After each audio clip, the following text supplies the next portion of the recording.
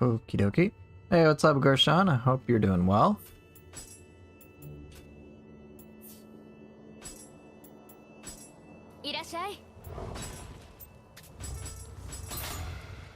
Hey, chicken burrito.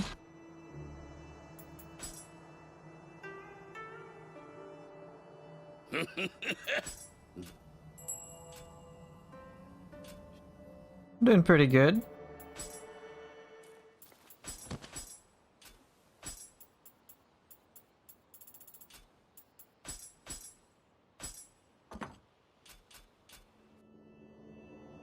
You're thinking the tall Oni lady in the trailer is Ibaraki Doji, but not sure? Yeah, that seems to be our current guess. It's just like the one speculation. Beyond that, I got no clue.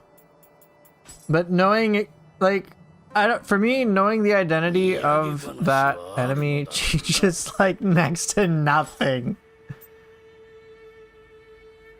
Hey, what's up?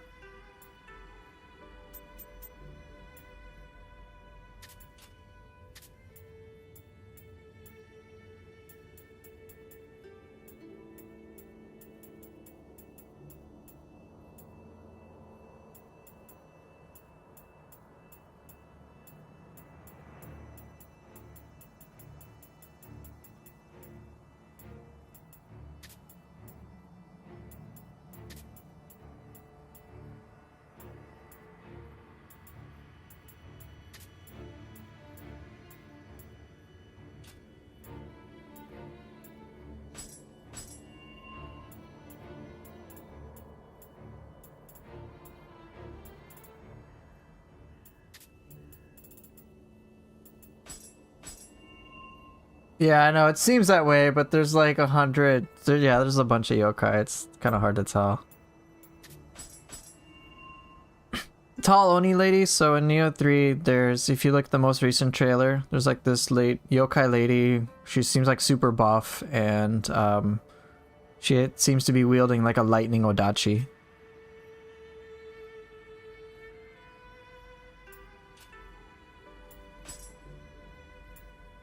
Oh, I already got all the transformation? Well, okay.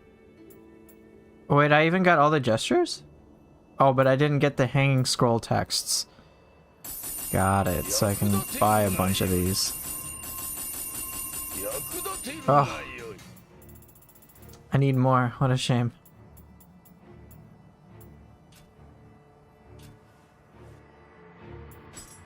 No, I don't want to do these. View illustrations. Remodel huts. Calligraphy, look at all this.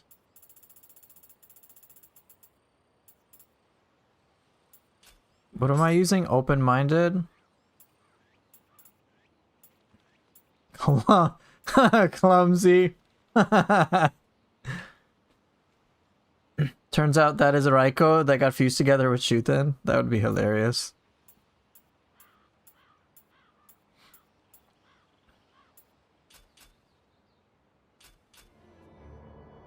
Oh wait, I can...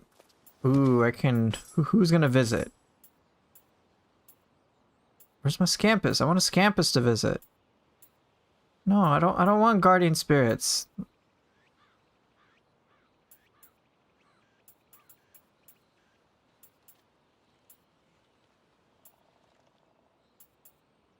Alright, well, we'll take... Nekomata will count.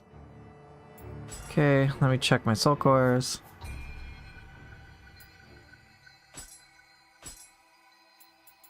I have a bunch of different Ongyokis. Ooh, Corrupted Enemy. Ooh, that one's good too.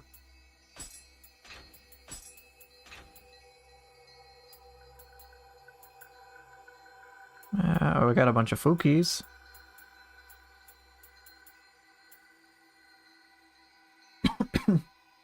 Hey, what's up, Nemesis? What's a requirement for Scampus to come to the hut? I don't actually know. I have no idea.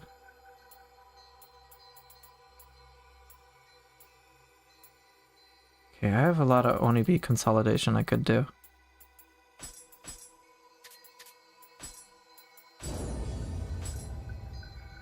Hey, what's up, Golden?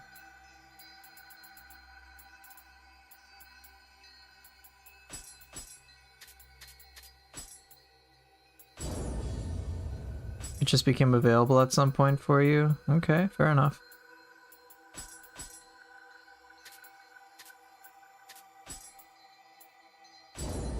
Can you meet a Scampus in campus? It's possible. Might be honest, we might be getting a lot of new yokai in the main game and the future DLC, but what terrifies me is Hino Enma returning. That's right, Hino Enma is coming back.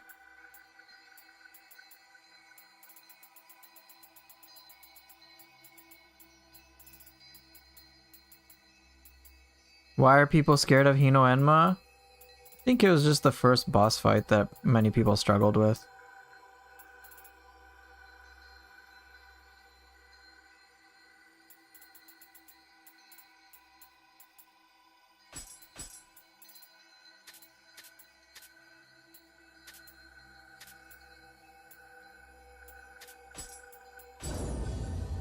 Should I be scared for Hino Enma? I can't say. That's really just going to depend on your own prior experiences with Hino Enma and like Nioh 1. Beyond that, I got no clue.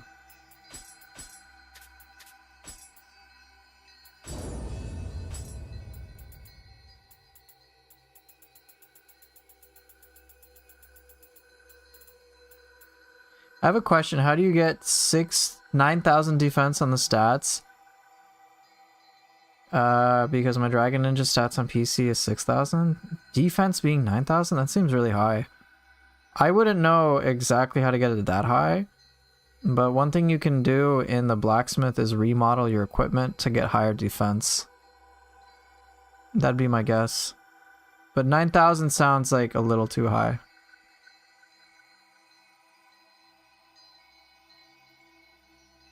Hey, what's up, Alpine? Hayabusa. Ninja Gaiden 4.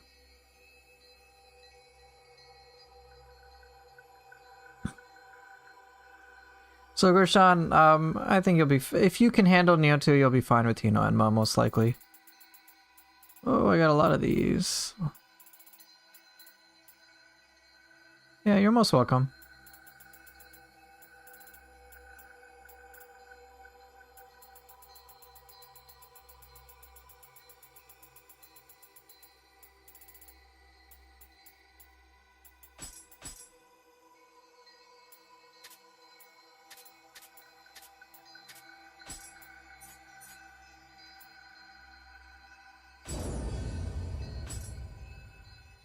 Is that the spider lady with the instant get up grab? Yeah, it's the second main boss of Nioh 1. Well then, Gershan, you have a lot to worry about.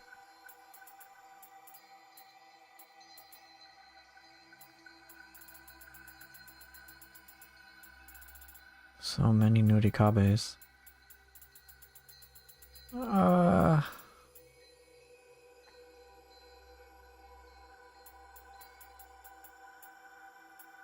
Alright, close enough. I'm not gonna organize everything.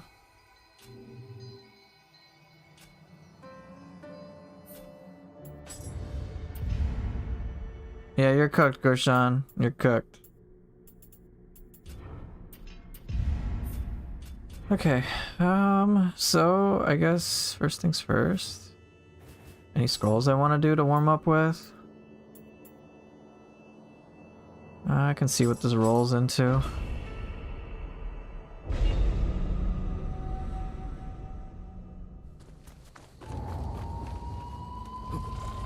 How can I warm up for Nioh 3? Oh, this is gonna be a demo.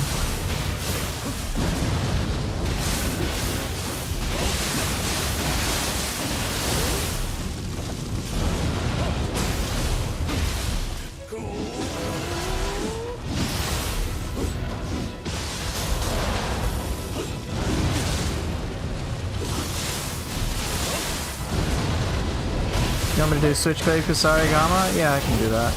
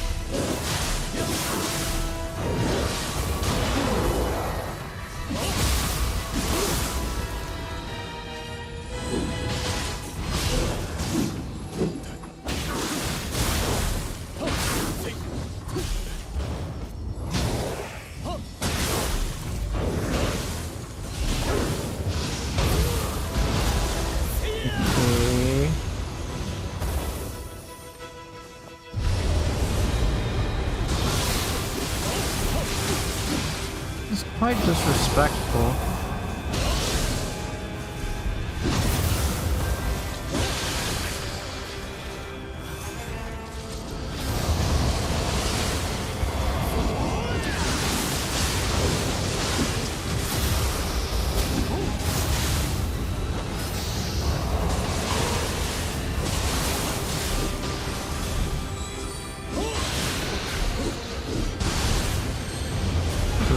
Okay.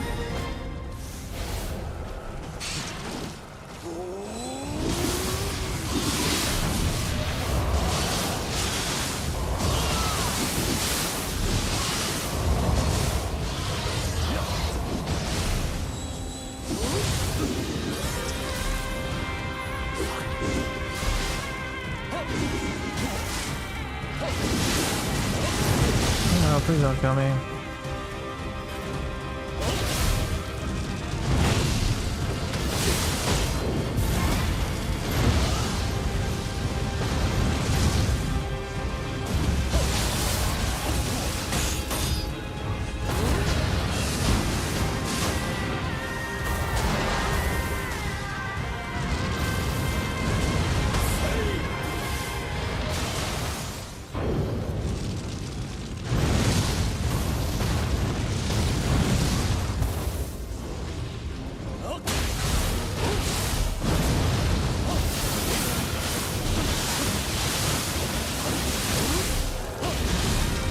Oops, wrong one.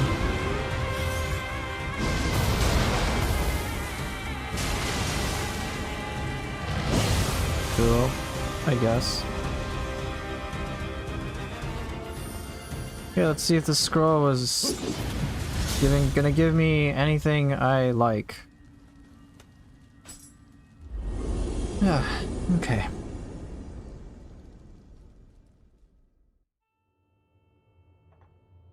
And it... Nah, I'm not using it.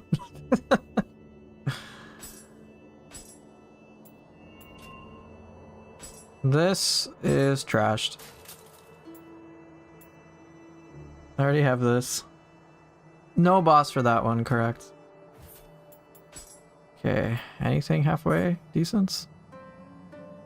Nah. No. Okay, all this sucks.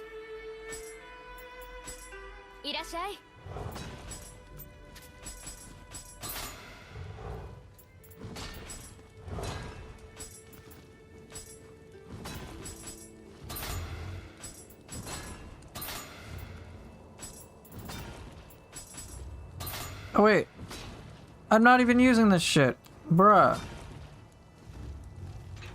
Wrong thing.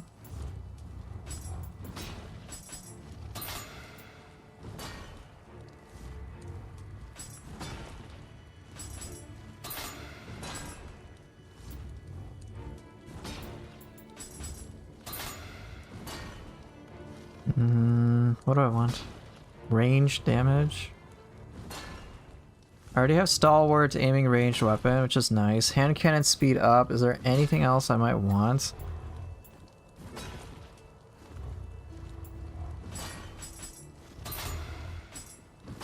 Close range, untouched ammo. I mean, untouched ammo is nice. Bullseye bonus.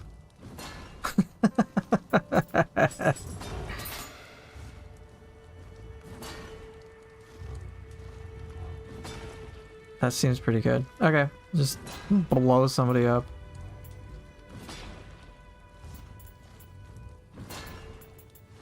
Just checking to see if I'm satisfied with my equipment.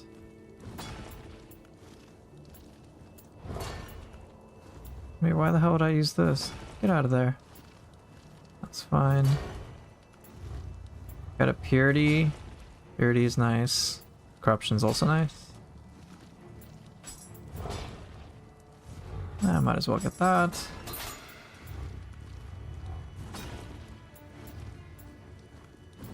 Sure, why the hell not? Stone splitter I want to modify. Perfect. Be good. I think that's it. I think that's all I'll get. Gun sticks are fine. Corruption, I would like a replacement eventually. This is fine. Okay.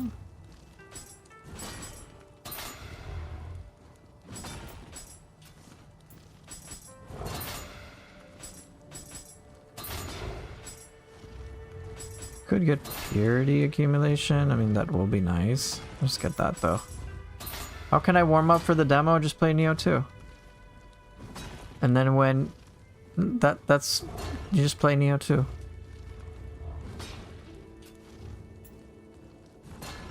Oh, okay. I want to swap this out. What would be better? I can't do attack key consumption. No elements, no damage. So let's see. Melee key damage? I mean,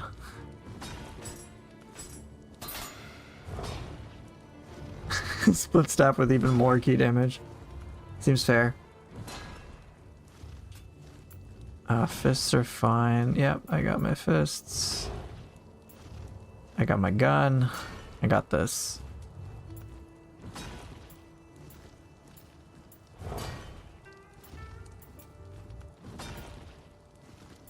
Good to go on the Yata mirror. Oh, the Kagatsuchi. I got this. That's also very nice. Okay, cool.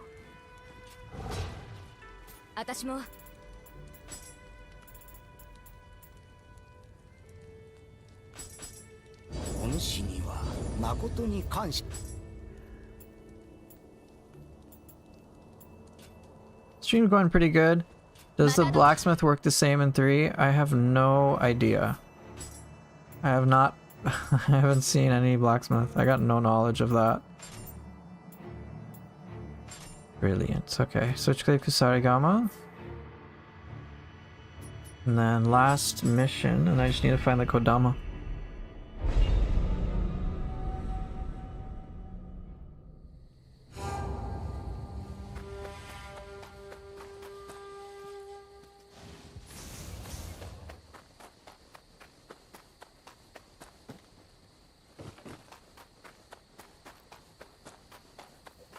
No.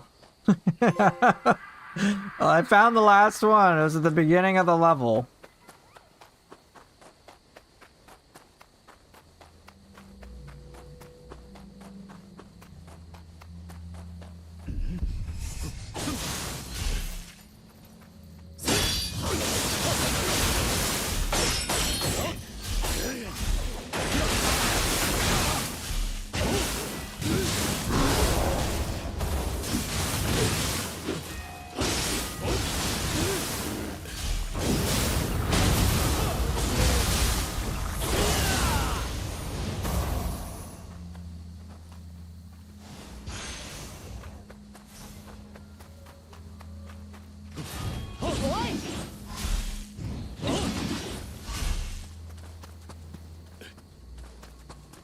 Okay, I want to switch up my soul cores and fancy stuffs and whatnot.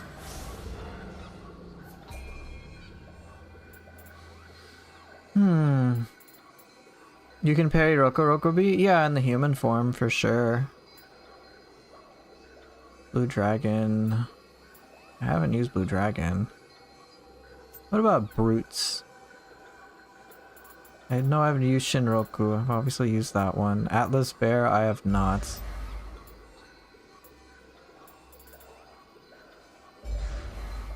Here's a fun fact. Do you know why Sukuna has a statue-like appearance? It's because in the Heian period, they tried to imprison him to a statue.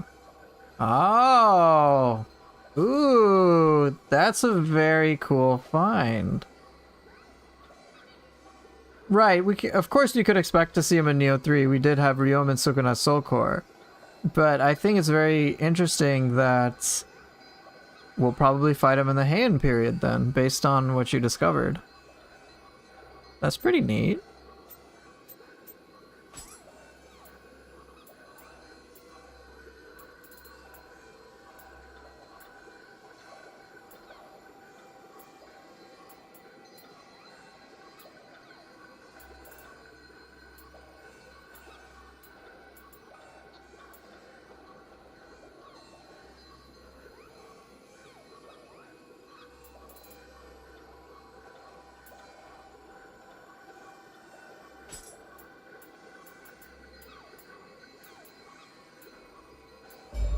Okay, Ubume will be one.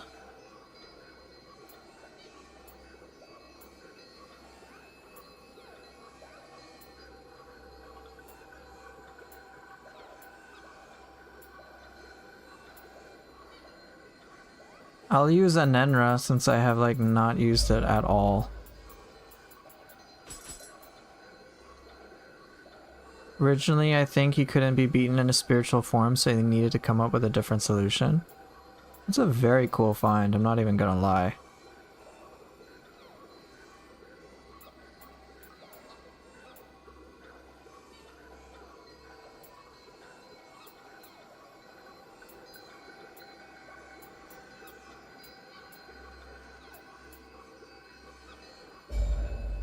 Oh, I've just used Onibi though. I don't want to use Onibi again.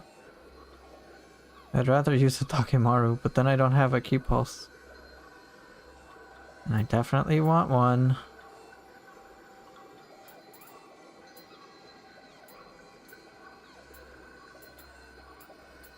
I suppose I could just suck it up with Ryomen.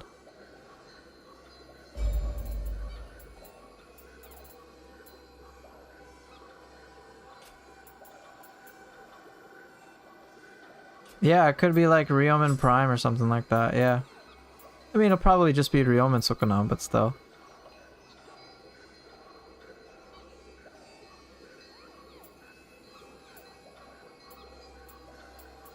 Okay, I have not used Aberrant in a while, so I'll use that one.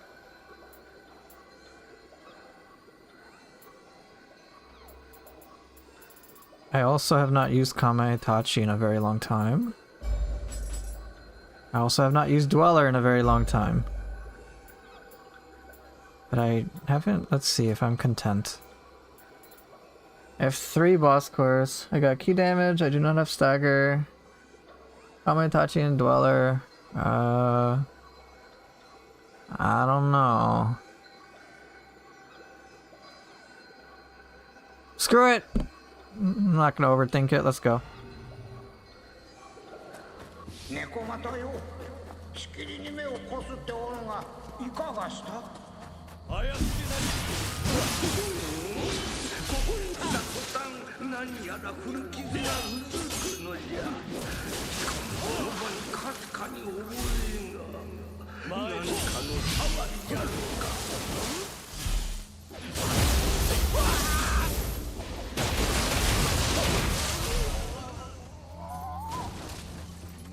Why not Ethereal Dweller? Because I need yokai ability people. Wait, did I already have it? I don't know the reasoning, just ignore my reasoning.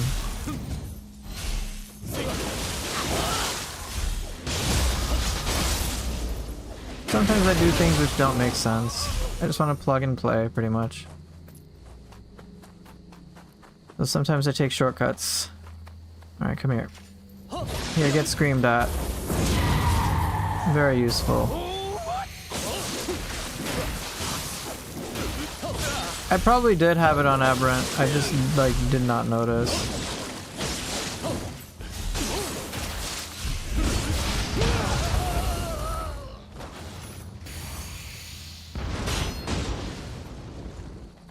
Are we there yet to what? Nioh 3? Unfortunately, no.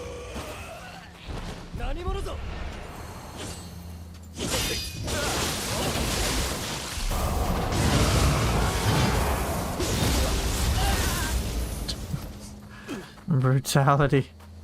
Alright, what is this? Suiki!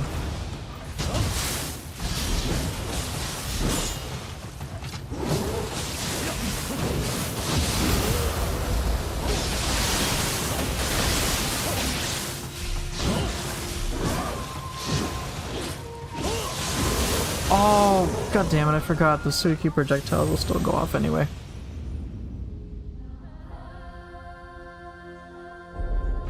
Isn't Toshimitsu basically human Sukuna? I mean, yes. Hey, what's up, Element?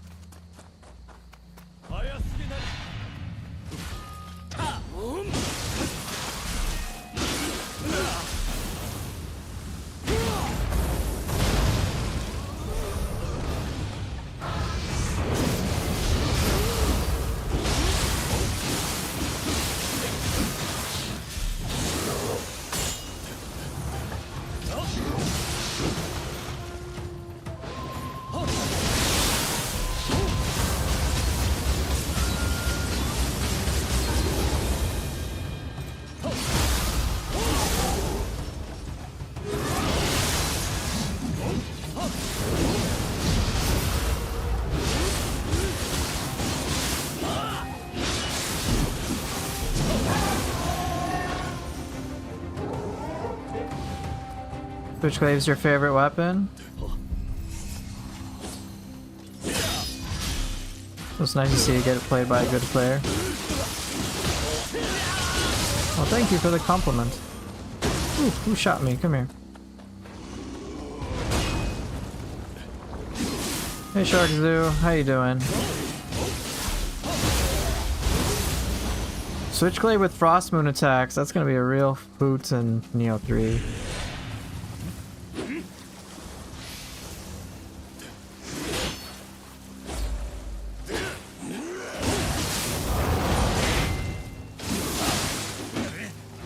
Oh, damn it.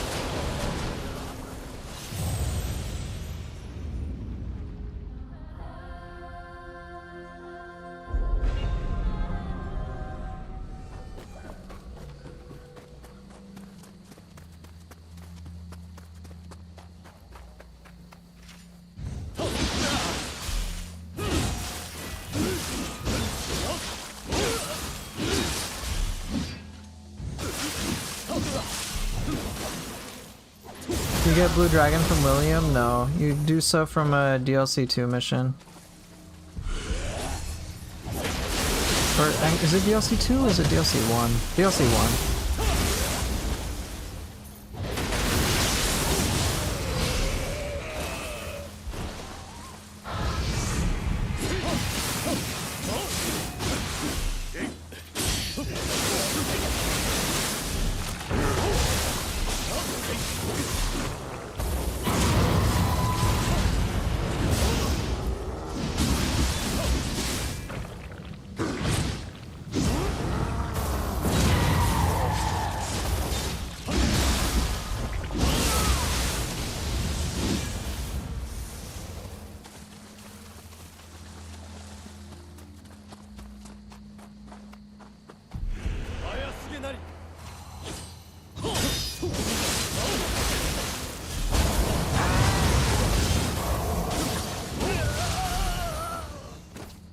The mission that you helped the ancestor of Date Masamune? That's right, yes.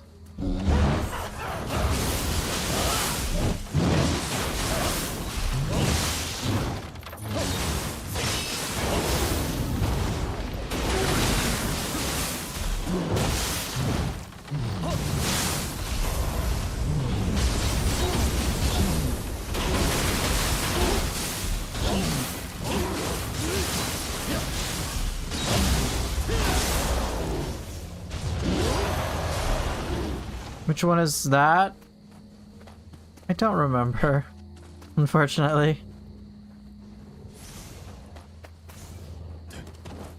Which mission in DLC 2 do you get Arc of Chaos? You do not get Arc of Chaos in DLC 2. You get it in DLC 3 from technically the second boss, Tate Ibushi.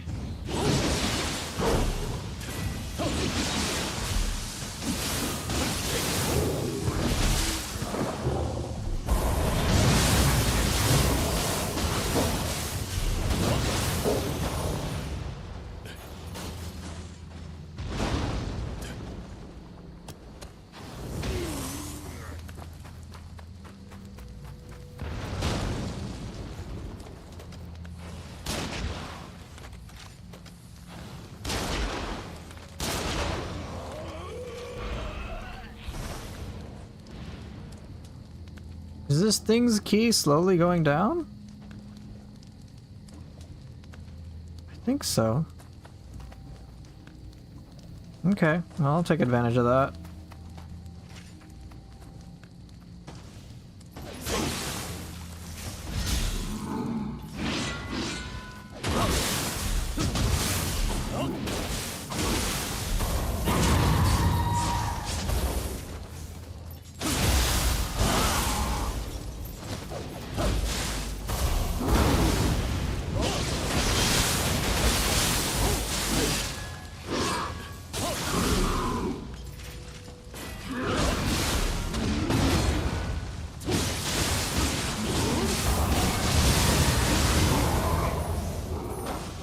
So, Average Nioh Enjoyer, did I read your previous comment about the Toshimitsu's yokai form martial artist, like the reasons why he transformed? Yes, I did.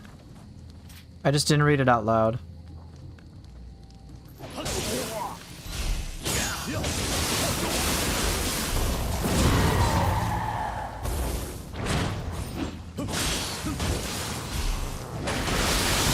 Here, you want to see something cool?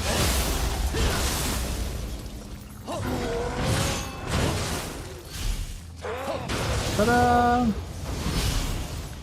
You can jump over Rokurokubi's wake up attack with Leaping Strike. Can you jump off of walls in Nioh 3? Not in the same way as you could with Ninja Gaiden.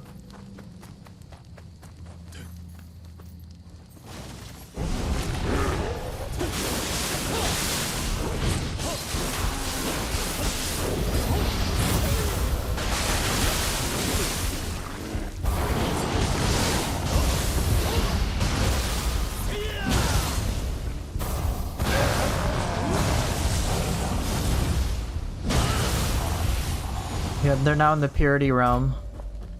So all this does here, I'll show you what the buff does. If I can find it. Here you go, Altar's Blessing. Increases your anima accumulation rate and key damage dealt to yokai.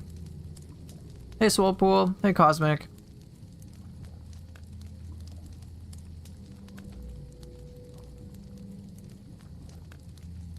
And then the debuff is that enemies the yokai will take extra key damage. Might need them to ask to delay the game so they can add jumping off of walls and enemies. You already have Spirit Vein and you have Footstool Jump. Nemesis, there's a reason why we call you Nemesis. It's because that's what your name is. But what I was trying to say is you are everyone's nemesis now for saying that. What's a Spirit Vein? It's just like this little thing you can interact with that allows you to like jump up and down certain places. Wall running and whatnot. It's just like an environmental thing you interact with.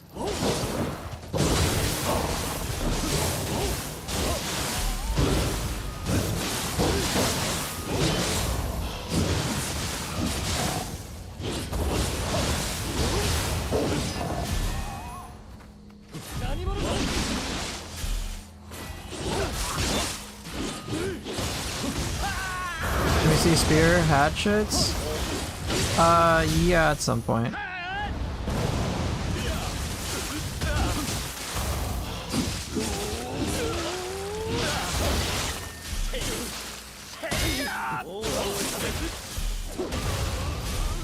Are there specific floors that drop Sarita Hiko's grace? Yes, I just don't know what they are off the top of my head.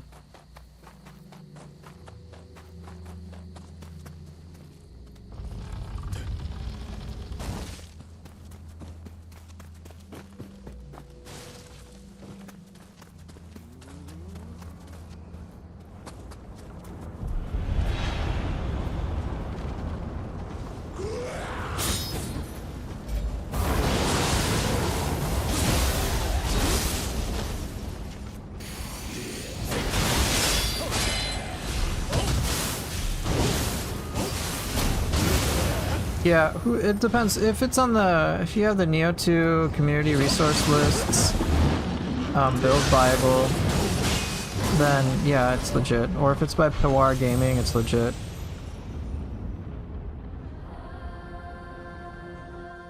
But it should be like every 3 floors or something.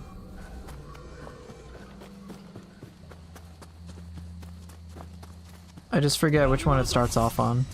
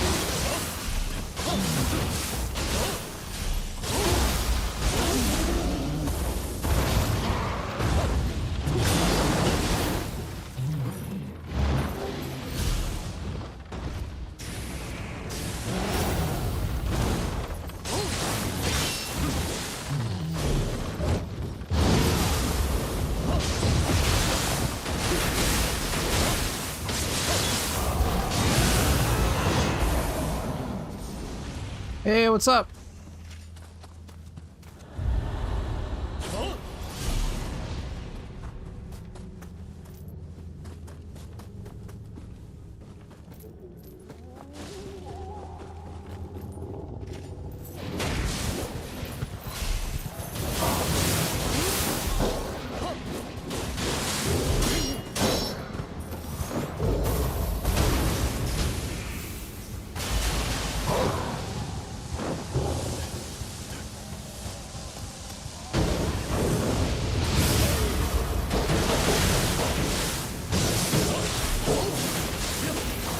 My face when I lock in makes me look very angry. Yeah, I bet it does.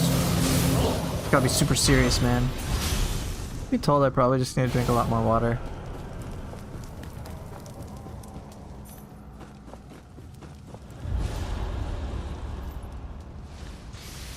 Serial killer mode. That's pretty okay.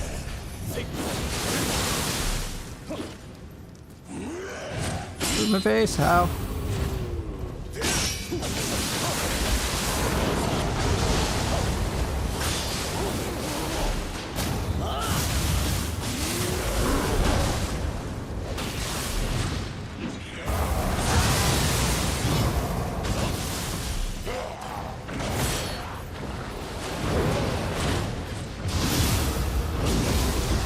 No, yeah. The Nioh 3 hasn't released yet face. I see a Gaki face. All Gakis deserve to die. I look like this emoji. I bet I do too. Alright, what do we got? Underworld Soldier.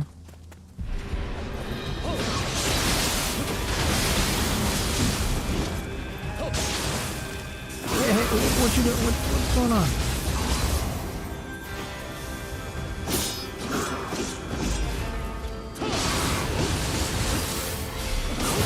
Hey, Ripperino. Oh.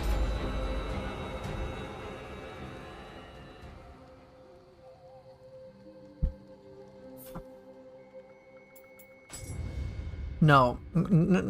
This is why I'm not entertaining this dialogue. Because I can already see where it's going. Nope. Nope. Nope. Fucking nope. Just no. No and no.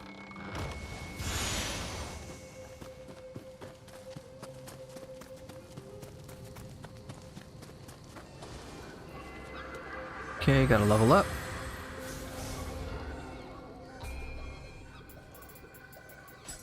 Nioh 3, 1 month. The demo, that is. Isn't that wild? Isn't that wild? Oh, hello. Okay.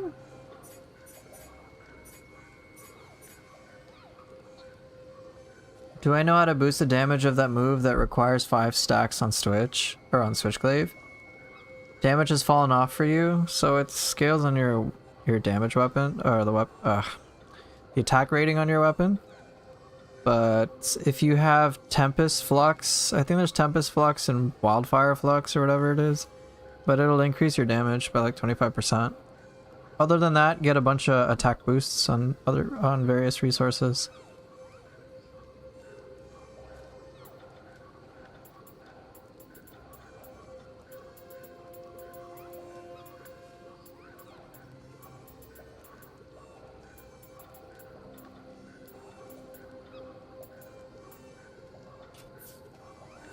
Yeah, just raw attack should help. Yeah, Nioh 3 demo, legit 1 month away.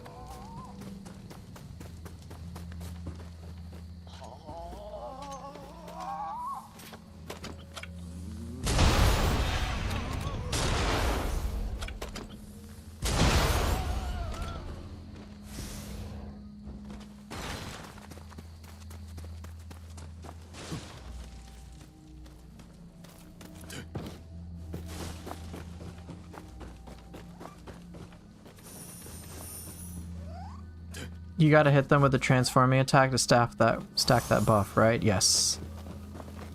Are they praying to the cat? It's past tense now. They were praying to the cat until they died.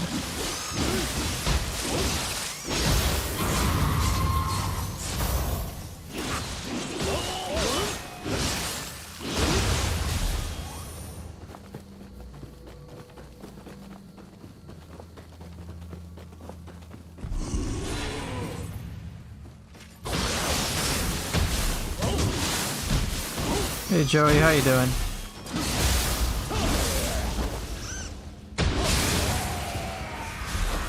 Yes, the Switchglaive transforms attacks will increase your number of stacks. I'll talk about that after I beat Suiki.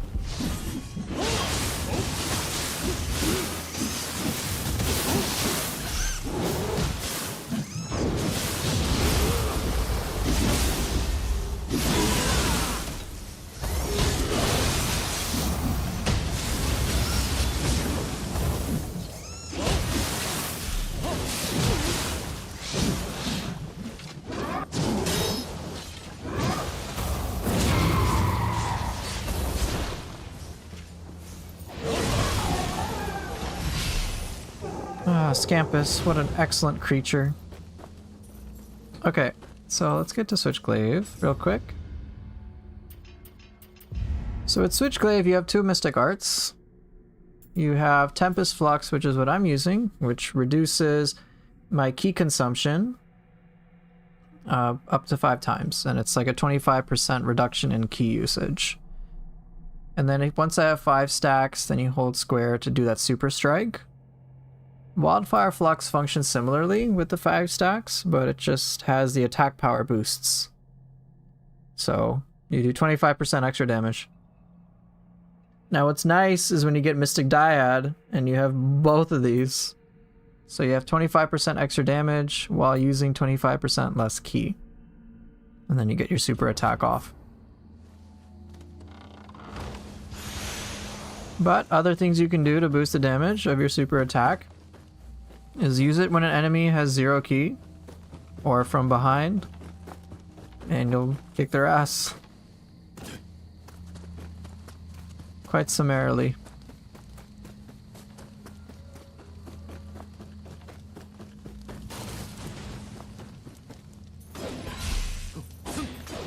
You're welcome. Do you think they will have scorpions in Nioh 3? I got no clue. I don't know.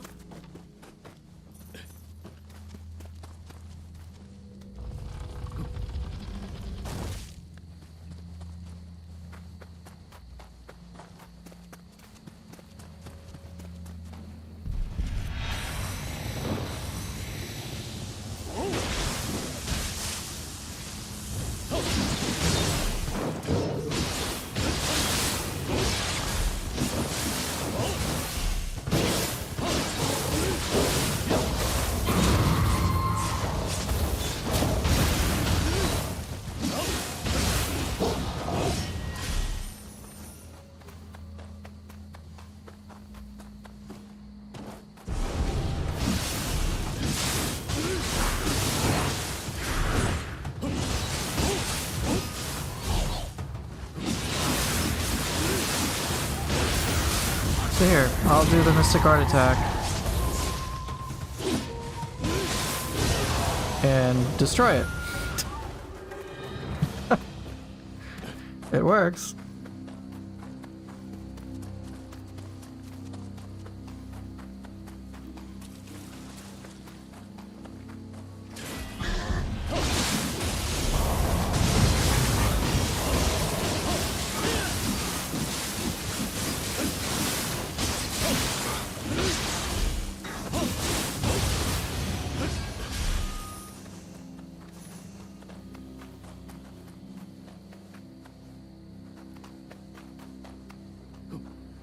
Also, when you do the hold attack, it has brief parry frames. So you can use it, if you're smart enough with it, you can trade. And it will stagger enemies.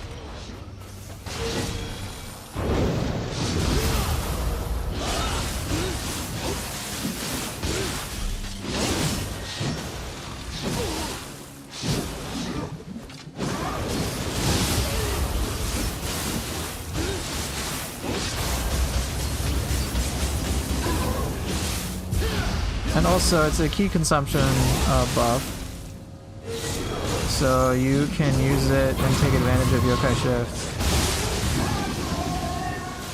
and reduce your ki consumption by quite a bit, by 25%.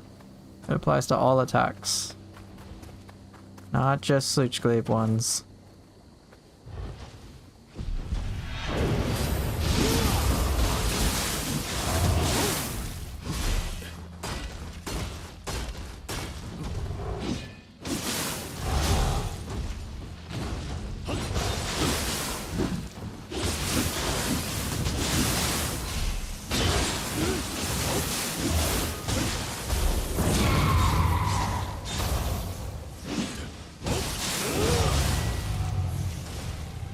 There we go. Just killed it that quickly. Do critical damage and destroy.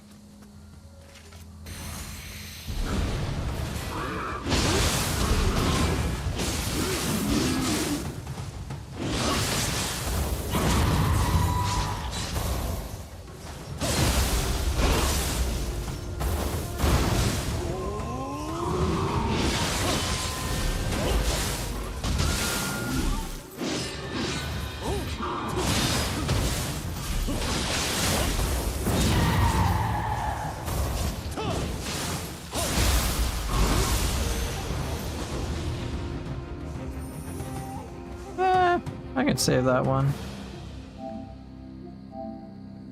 Curious, where does it start? No, alright. Yeah, that works. Okay, cool. Do I prefer light, medium, or heavy armor? I like my light armor. I like my, but more than that, I like my A agility more than anything else.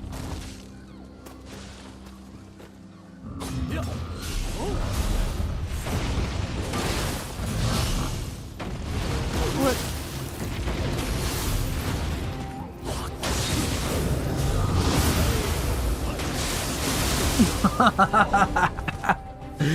Get shot down. Yeah, that's pretty accurate.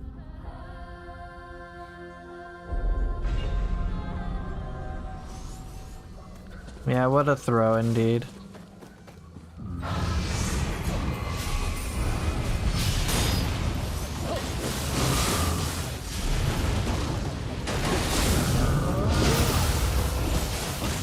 Oh. Fine, you know what?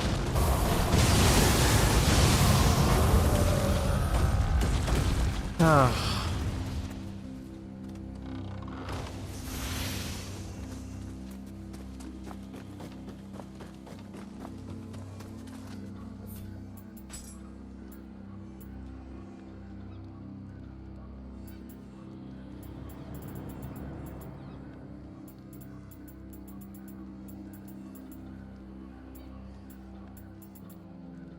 Okay. All right. Sorry, I didn't answer that question a while back. Thanks for reminding me. I've seen you instantly transition into a sheath attack from one weapon to another. For example, Twin Moon into Instant Boulder Breaker. How do you do that? So let me showcase that with weapons like these. So let's take Kusarigama and Switchglaive, which does have a sheath attack. Let's say I do the move Blade Spin, right? You can obviously Key Pulse, but what you can also do is Sheath on Key Pulse. So that's step one. When you have sheathed your weapon, you can swap your weapons like you can see me do freely without any trouble. From there, once I have my second weapon selected, I can then now do the sheath skill from there. That's it. So just as a recap, sheath on Key Pulse, swap to your other weapon, start up the other weapon's sheathed attack. So what it can look like is as follows.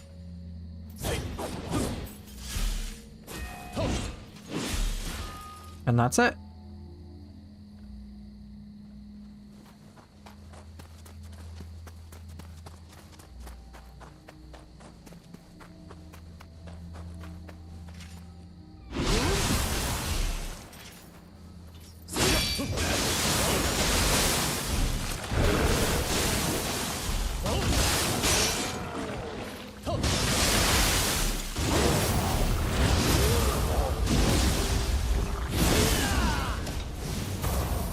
You finally got Deadly Spiral after farming Shibata for 3 hours.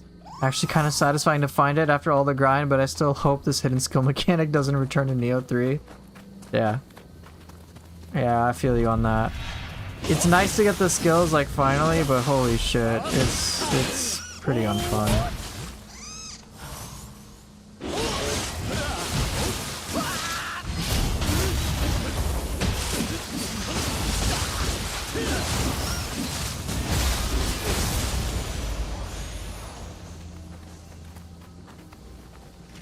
Alright, White Tiger time, let's go.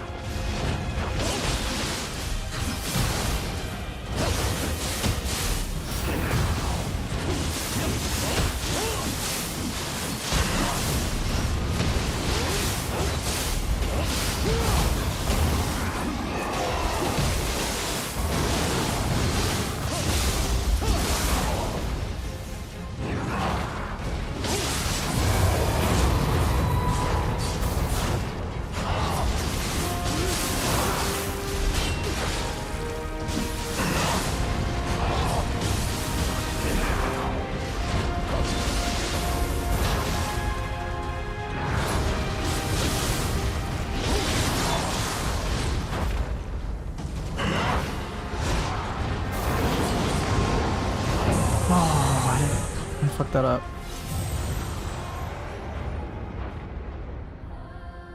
I prefer Nioh 2 over Nioh 1 in general. So it's not even just like, oh, White Tiger from Nioh 1 to White Tiger Nioh 2. I just prefer Nioh 2 in period.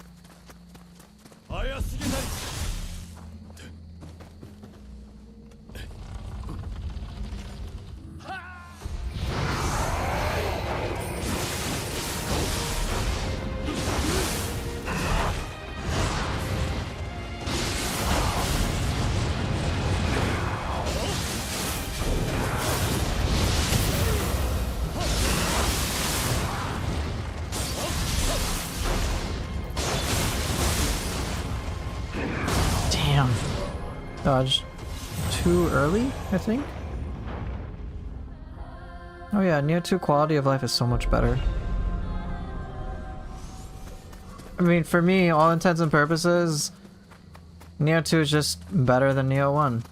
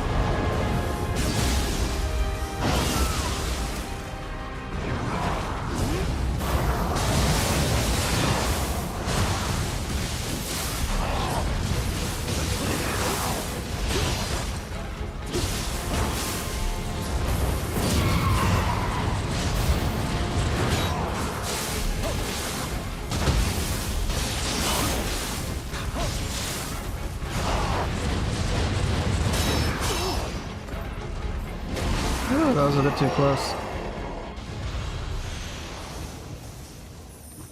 I don't even miss Yukiona all that much, to be honest. Is Windswept a guaranteed drop? No, it is not. I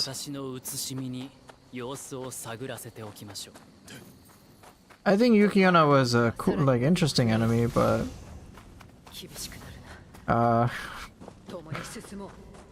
we got Suiki, so I'm more than satisfied.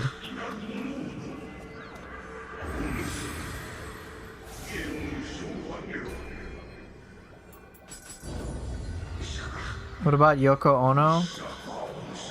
Yeah, okay, bro.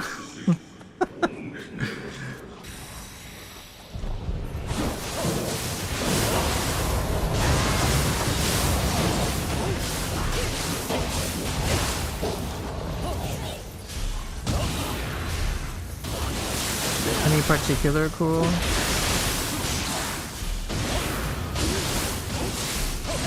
New enemies I saw in Nioh 3? Yeah, the Kyokutsu was really cool. But that was, let's see, in the new demo, I mean, the bosses were cool. Raiju was cool.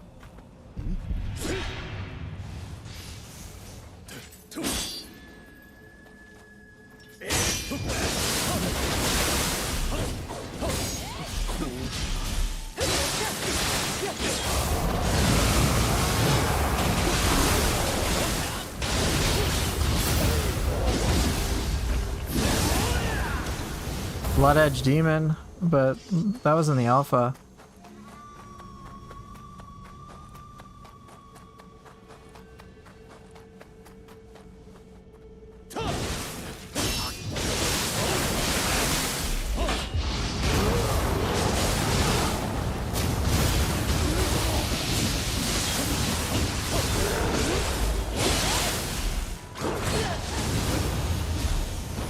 I prefer Suiki.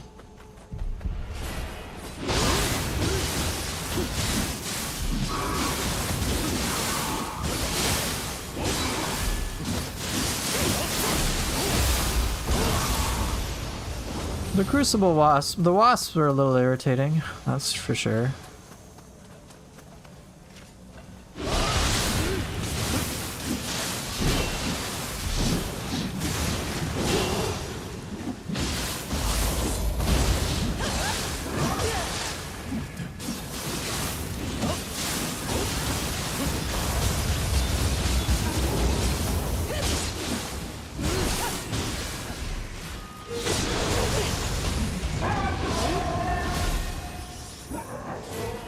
Thought the granny in the pot was interesting. Yeah, I think I like the new enemies. I think they're all cool. I don't really have any grievances.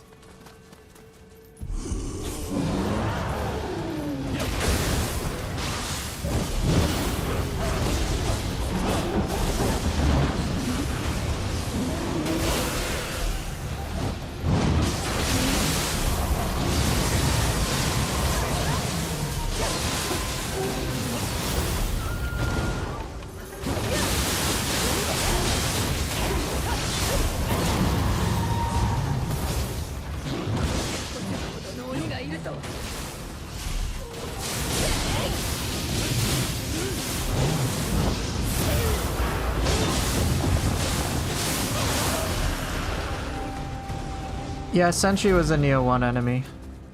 It's not a Wolong original.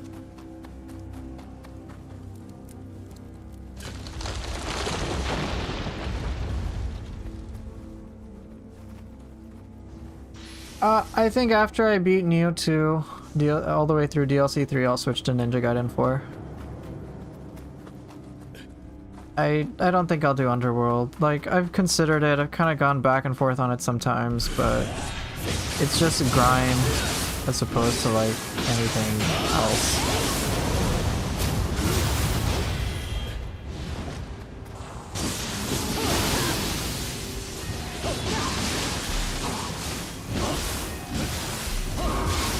Right, it's just tedious. Hey, what's up? How are you doing? So Underworld gets tedious, and it's definitely the depths, so like there isn't much payoff I foresee.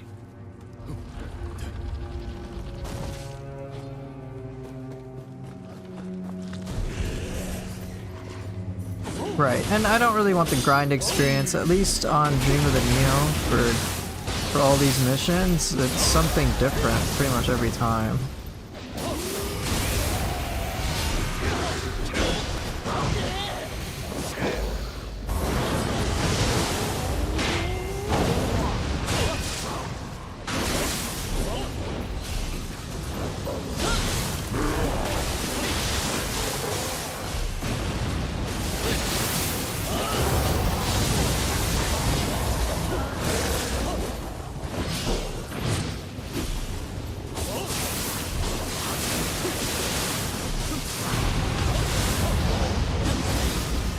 Yeah, Underworld's more fun with friends, of course.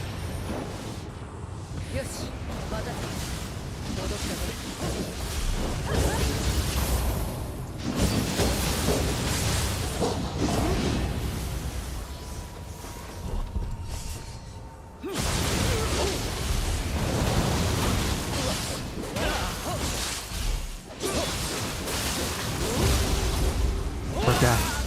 You've been going back and pecking at Ninja Gaiden 4. Master Ninja still as hard as ever? Right. Do I know if Suiki will appear in Nioh 3?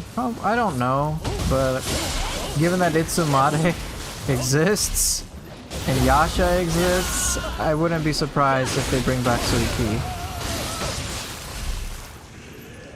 They also put like a hybrid of Ubame and Suiki together as like a new enemy, and I'm like, what the fuck? Was this absolutely necessary? And obviously the developers were like, yes, it is necessary.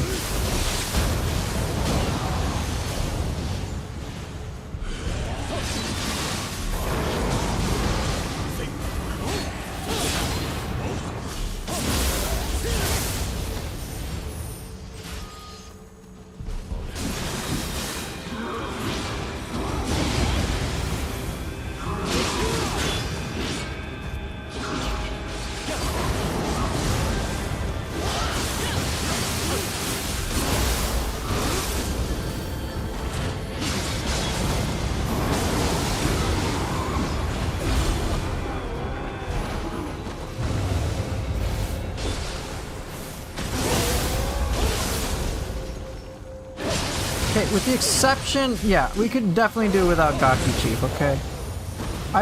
I'm trying to blot that out of my awareness and just pretend it doesn't exist and obviously hope that it gets deleted on release, okay? That's the only ethical thing that can be done. The Team Ninja, you still got a month. Please delete the Gaki Chief. It would be, you know, a morally very sound decision. So for Nioh 3, I really hope whatever iteration they have of it is they bring every boss from all the franchise. That would be cool. I hope at the very least they bring back all the enemies that are fun and just make it fun.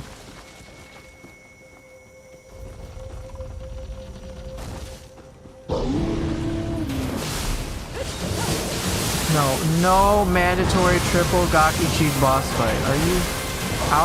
Are you outside of your mind, Witty Clever?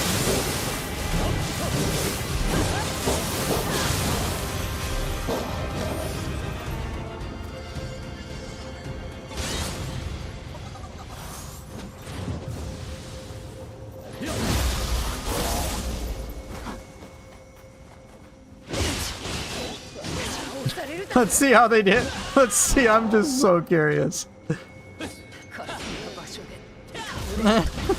Alright. Don't worry, I got you.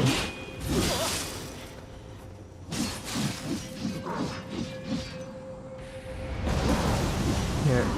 I got you.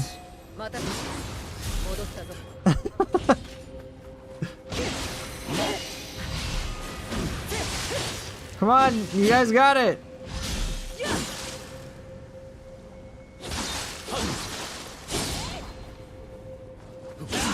I believe.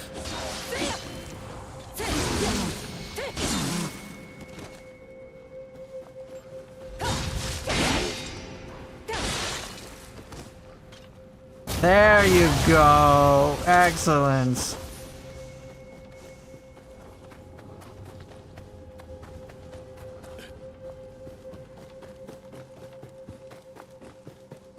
They better not add some Gaki Emperor garbage.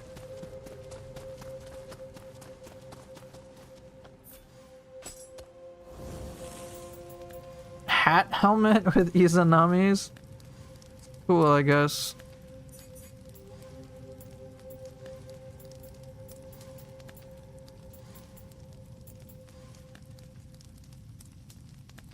It's the only thing you miss, the triple Gaki Chief? No. Just no. No Gaki helmets.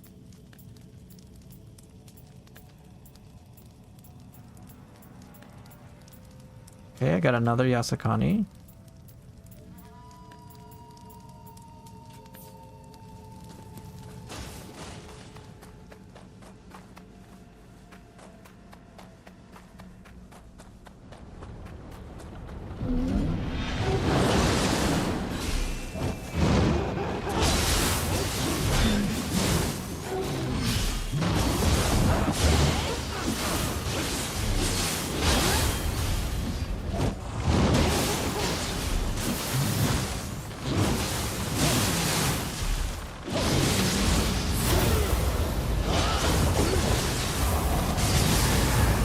Why do you want double boss fights, man? I don't like the double boss fights.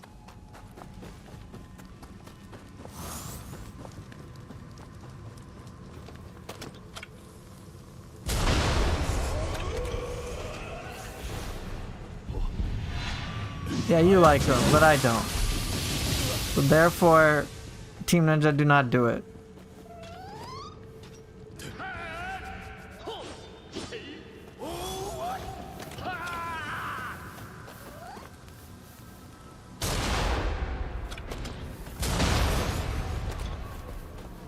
I actually legit don't really like the double boss fights.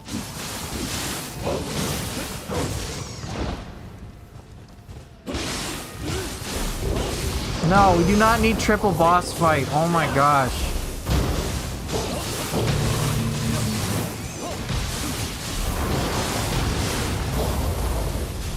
No, okay, you guys have even worse ideas. I go back. I lied. Let's go back. The double boss fight is good. Best thing ever. None of this triple boss fight. None of this Nightmare Bringer has Gakis throwing bombs and shooting Gatling guns. We don't need that. No, we don't need... Oh, God. You know...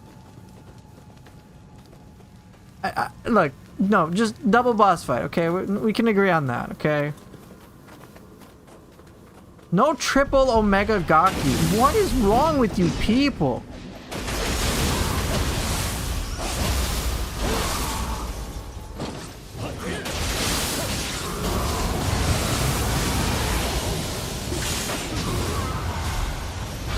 No respawning spear skeletons. Are you mad?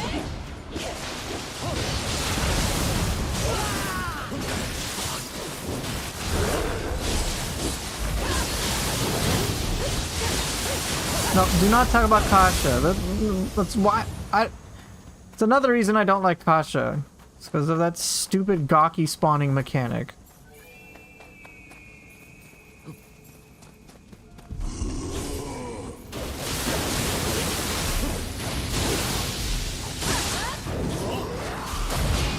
You see, okay, look. See this? You see this guy I saw 1500? You know, he's saying something really nice. He's saying he's happy with Nioh 3 Yoshitsune. It's coming back. He's your favorite. See, you guys should learn from him. Learn from them, alright? Come on. No, we don't need a Gaki Palace, JJ, man. This is not necessary.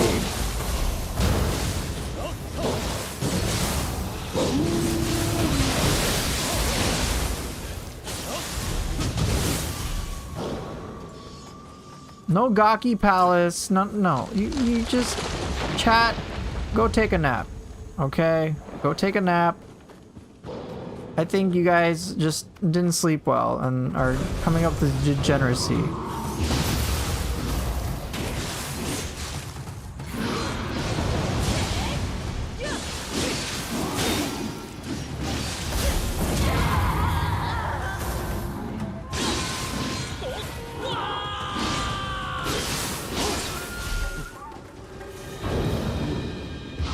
Wait, Asaf, dude, you haven't even been in. This is your first time in the stream. What the hell are you talking about? No. No map editor in 3. No, you do not need Gaki gauntlets. Oh my god. Chat, why is this happening to me?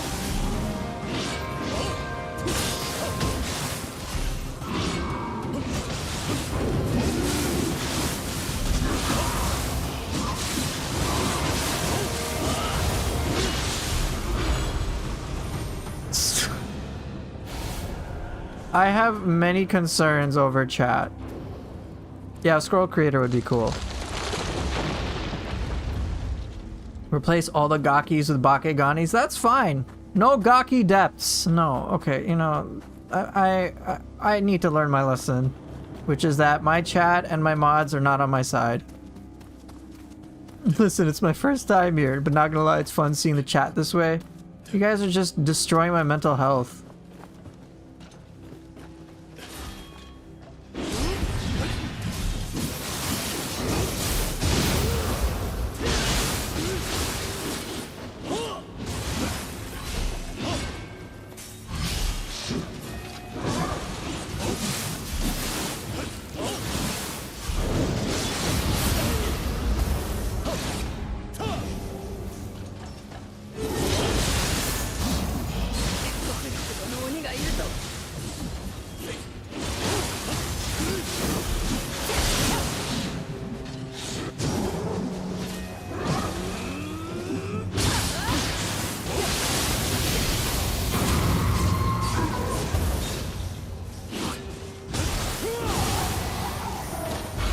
No Gaki brothers. You know, Azov, look. Don't. Please, I'm begging you, man. It's your first time here, like you said. Please don't contribute to destroying my sense of reality. No Gaki brothers. No.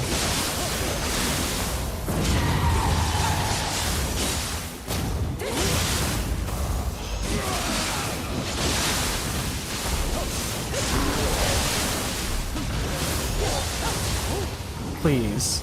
No, no getting another one. No Gaki of Penance.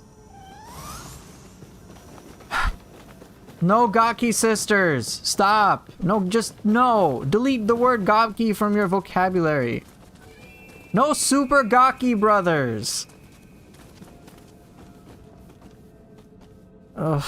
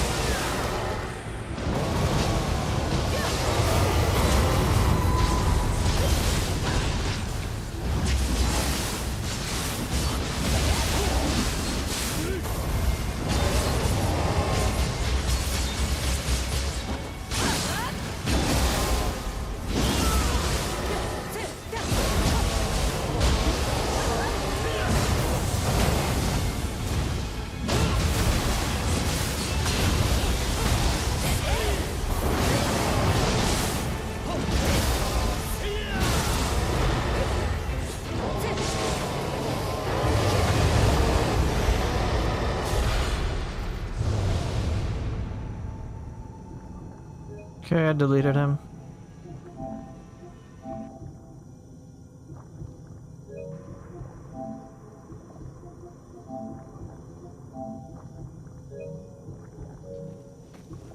Listen, I would take a Gaki over the stupid cart demon anyway.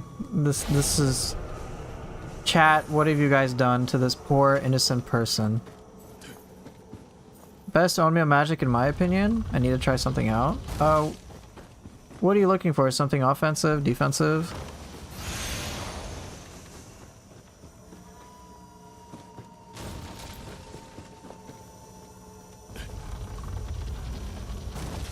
Yeah, the cards are challenging at first, but they have 3 different faces, and they have very specific movesets confined to those.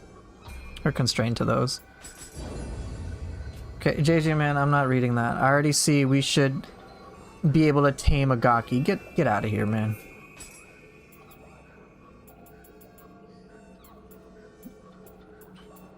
Mainly offensive? Okay. Damn, that was pretty cool.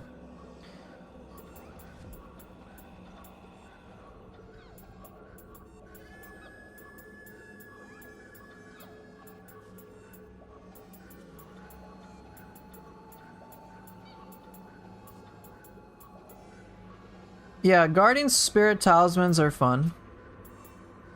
I'll take weapon requests after I finish this level. So for Onmyo Magic, I would say probably the most fun one is, as Chad has said, Guardian Spirit Talismans. I think they're the coolest overall.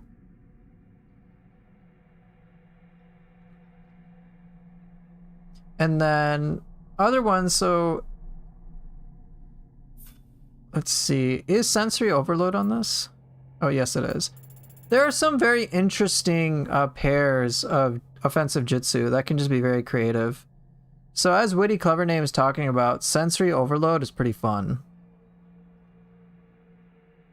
It just explodes all sorts of things.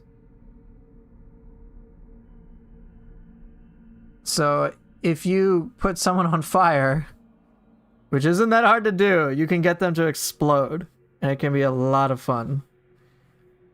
I think some of the underestimated, so like the more obvious ones are like the familiar talismans, right? You know, you got your fireballs, and that's cool. But like purely in terms of like offensive nature, like casting spells are not really that. It's just like, hey, god damn it, Witty, stop beating me to it.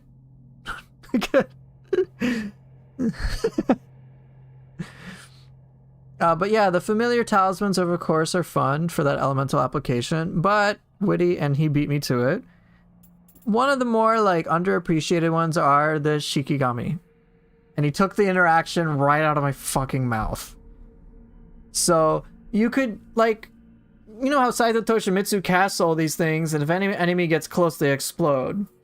So what you could do is like have like a new way of crowd control. You could put sensory overload talisman on like one enemy, and then like have some fire shikigami around you, and then like draw the enemy to you, which then just like explodes everything a bunch. Yeah, the paper dolls, and they're like pretty fun. And it's just like a different way of engaging with the game.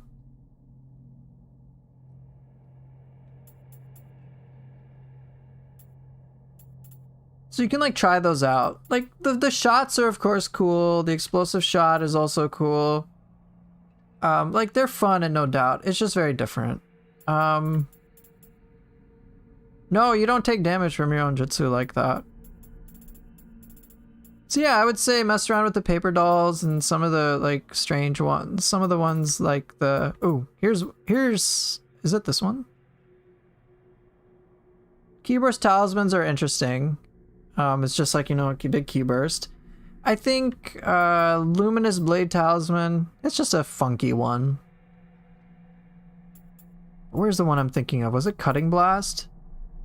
Cutting blast is fun.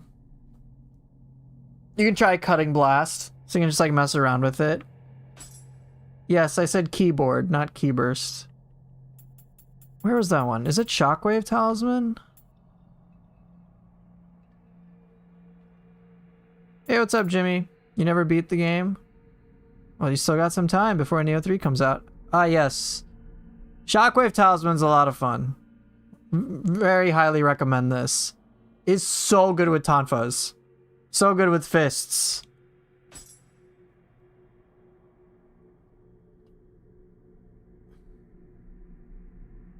Is it cross-platform? No.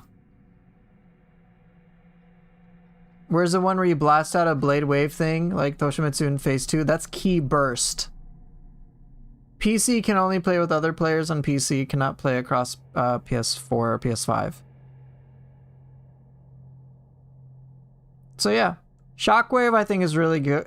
Yeah, exactly. Shockwave is god tier for pressuring humans. You can try that out. It's a lot of fun. So if you spend some time messing around with it, I'm sure you'll find that it kicks ass. Right, the sword wave is cutting blast. You can have like shockwave talisman. Like, there's just a lot of interesting interactions, and you can really customize how you want to play. And it can lead to some very, very interesting ways to encounter enemies.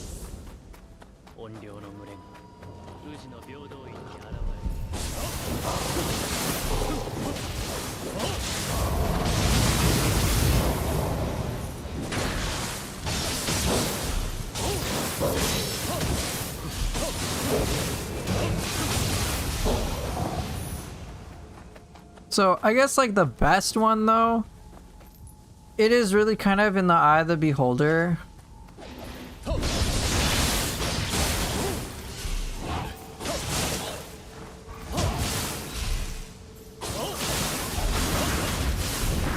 So yeah, it's really kind of in the eye of the beholder.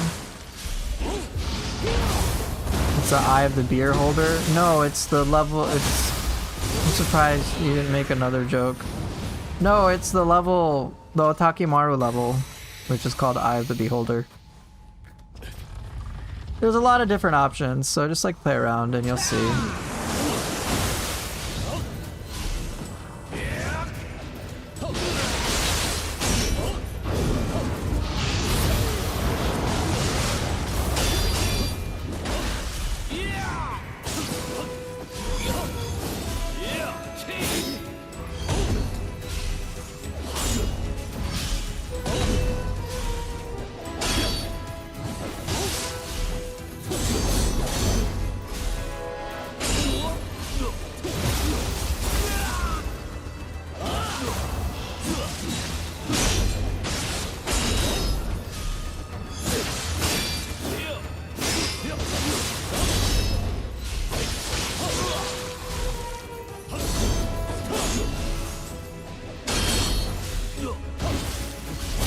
Hey, Nasty Nast, thanks for the sub, I appreciate it.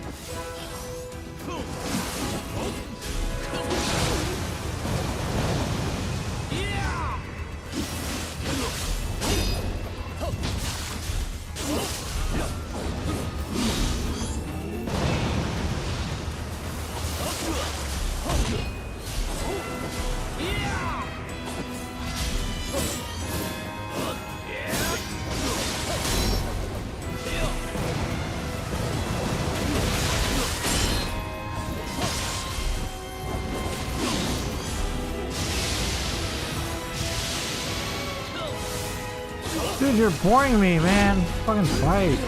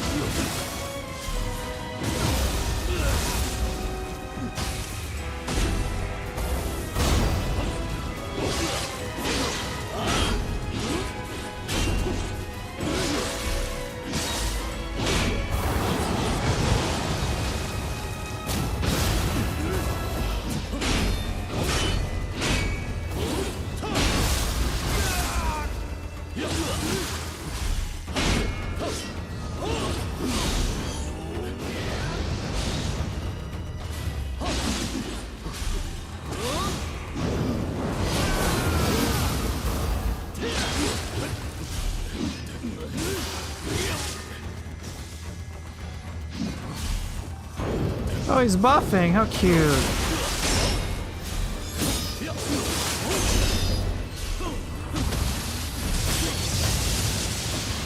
Oh my god. Just fucking die. Alright, cool. I appreciate it, Nasty. Thank you.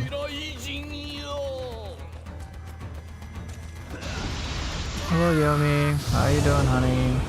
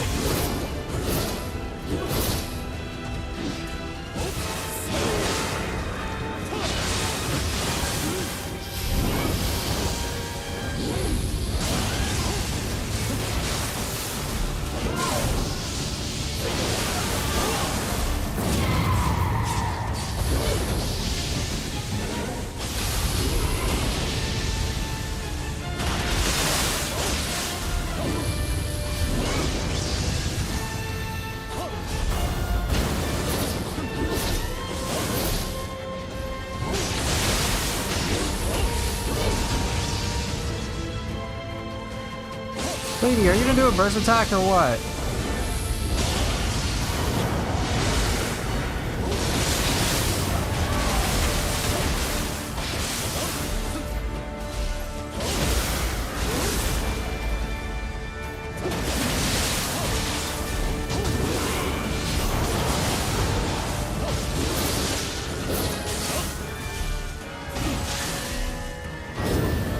Oh, I whiffed.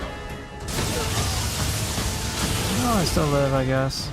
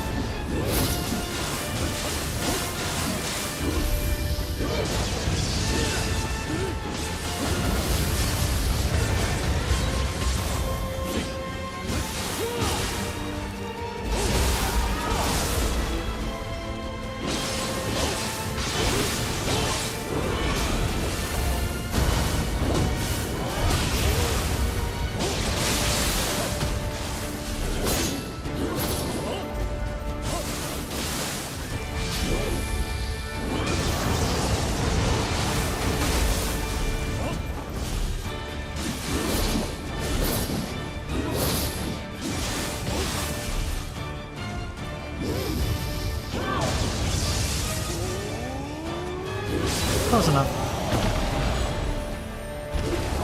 Whew.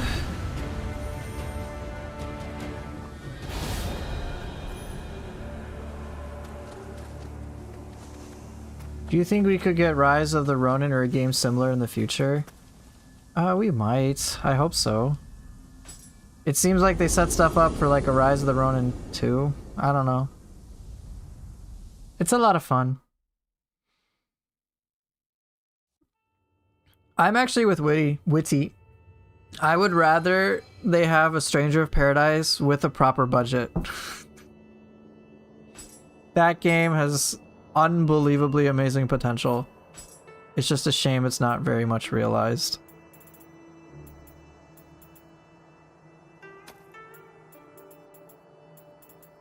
It has such a good foundation, it's ridiculous.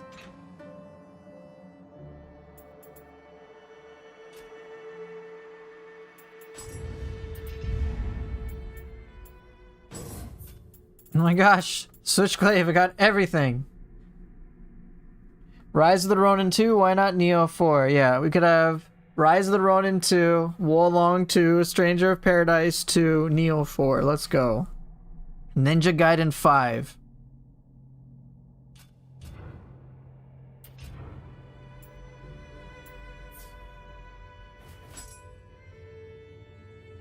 In Nioh 3, you can time travel to Rise of the Ronin, so maybe Nioh 3 will be a sequel to Rise of the Ronin. Let's go.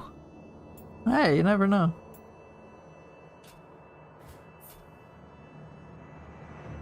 Oh, I'm right. Yeah, Witty, you're slow. We're on the same wavelength there.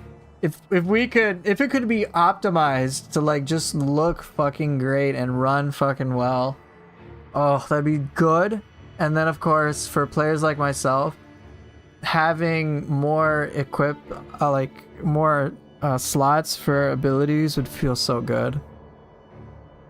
It's like, please just expand all the skill slots I could use. I would love it. Oh my god.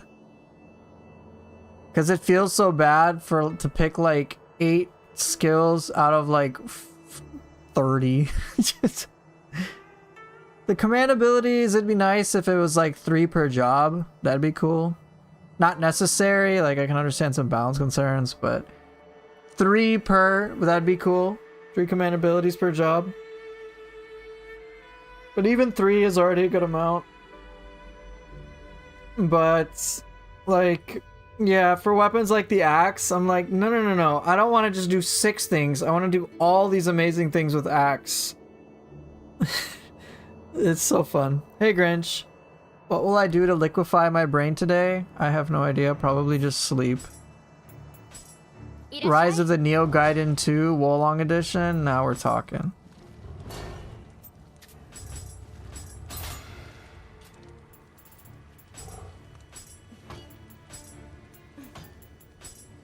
Does Lucky Drop Grace drop on scrolls also apply outside of doing the scroll? Yeah. The Lucky Drop Grace, so let's say you get like Lucky Drop Saruta Hiko's Grace. That's just a passive. No, it doesn't? Is it really? It's not like an equipable passive? Wait, hold on. Oh, is it a special rule? Fuck, you're right. You're right. Shit, I was wrong. My bad. Okay. So, here, so for example, special rules. Oh, so I've been overcomplicating it. The rules only apply to the scroll.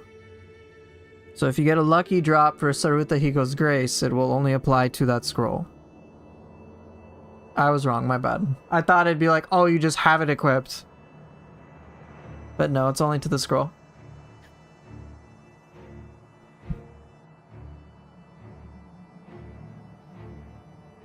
When you realize they could have put directional inputs on each link to triple how many abilities you have, yeah, it hurts. No, only get out. No Gaki, okay?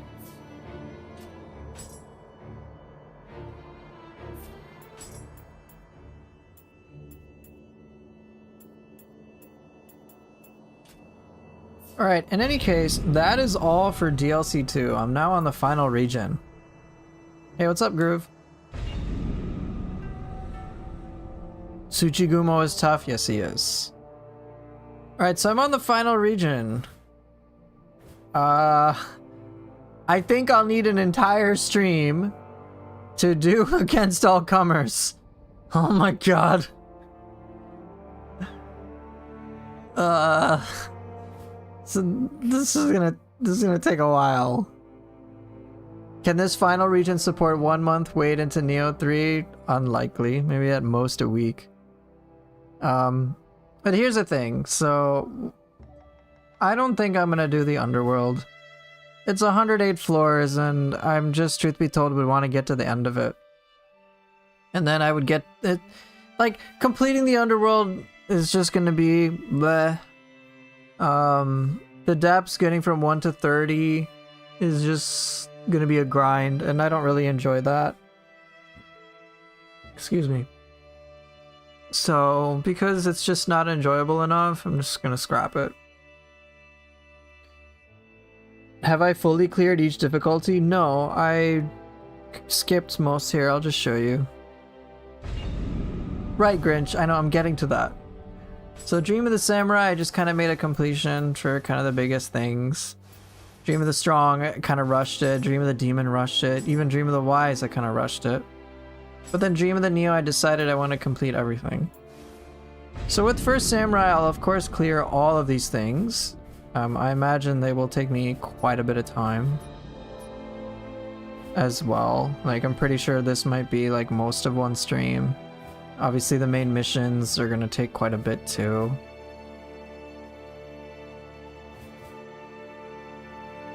So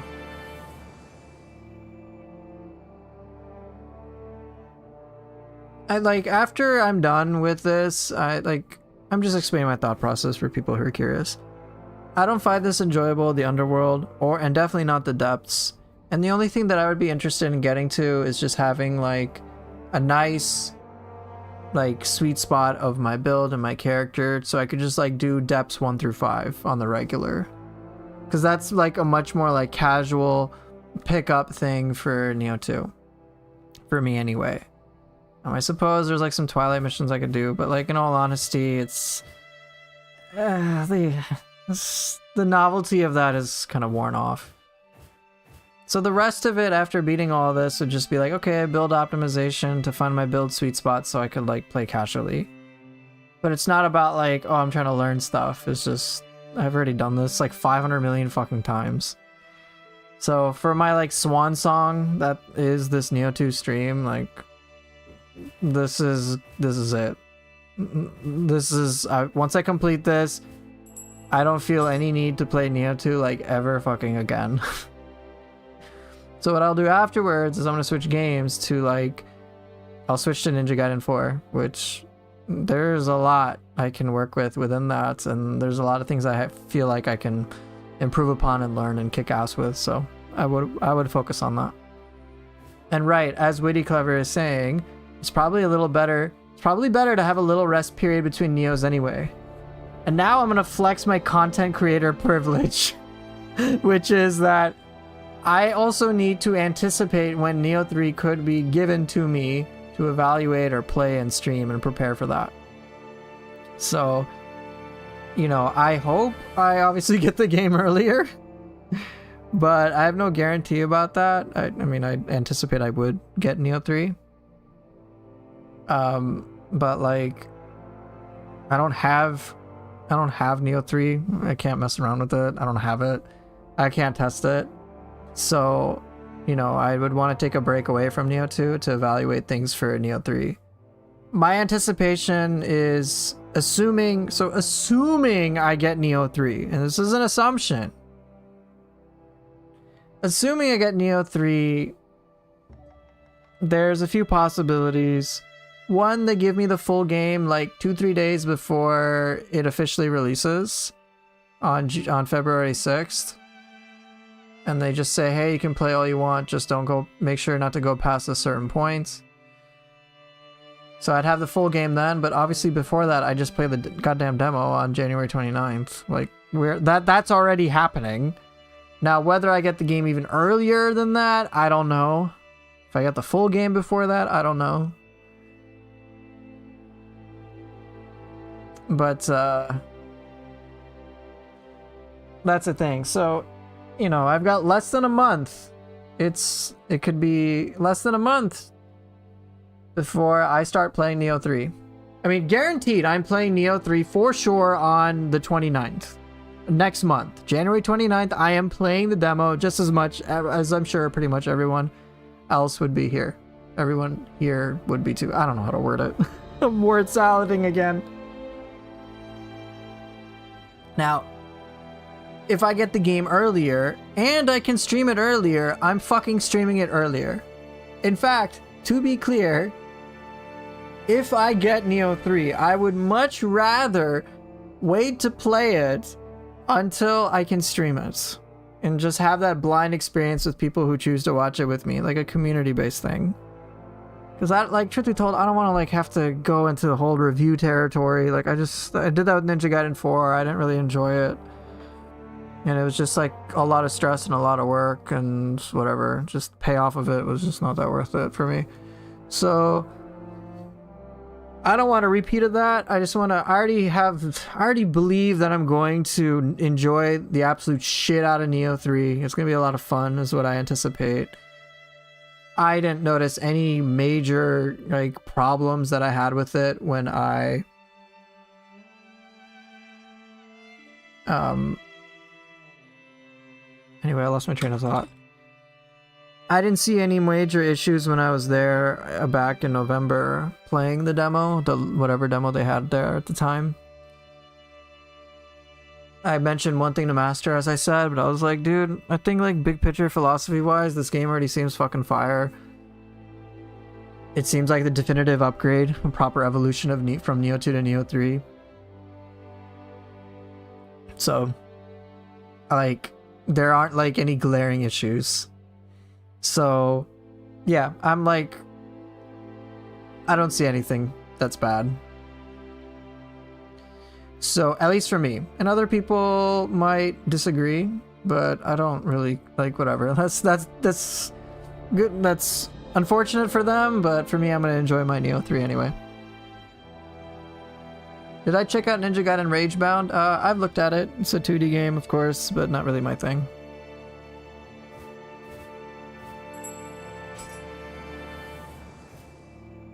Okay, I gotta do that later. Spirit's Return. Familiar Glow. What's a Spirit's Return? Oh, it's the Fujiwara no Chikata mission. These are gonna take a while.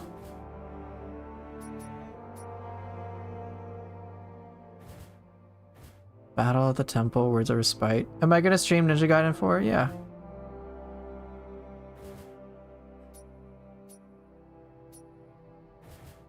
Oh, let's do this one. Why the hell not? Sword Tonfa? Yeah, you got it. Am I gonna platinum Nioh 2 and PS5? Eh. No. I'm not that interested in that. The platinum is immaterial to me.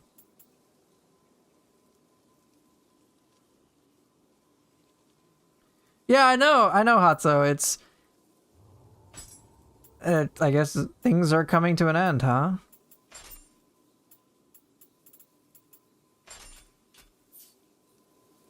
Can I stream myself doing Ninja Gaiden moves in real life? I mean, I suppose I could try.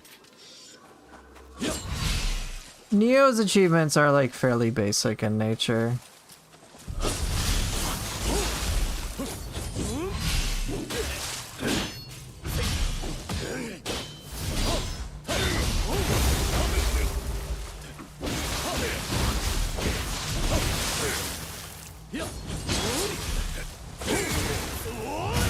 Can I do an Azuna drop in real life? Thank you.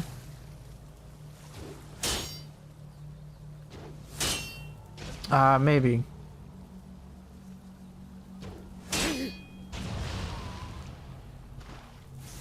Yeah, like, there might be things I might desire here and there when it comes to Nioh 3, but it's not so major that, like, I would think it needs to be, like, delayed.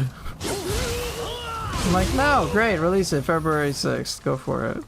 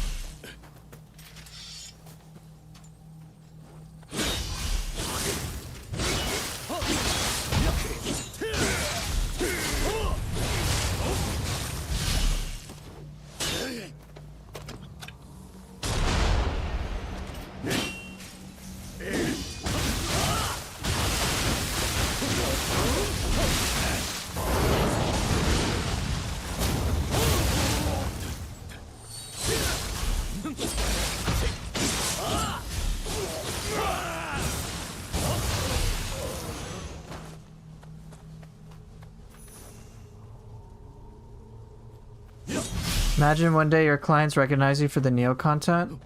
One of them did for Ninja Gaiden. They're like, oh yeah, I've seen your Ninja Gaiden stuff. I was like, okay, cool, we can chat about that if you want. And they're like, no, no, no, help me with my relationship. I'm like, alright, I got you. I had that happen yesterday.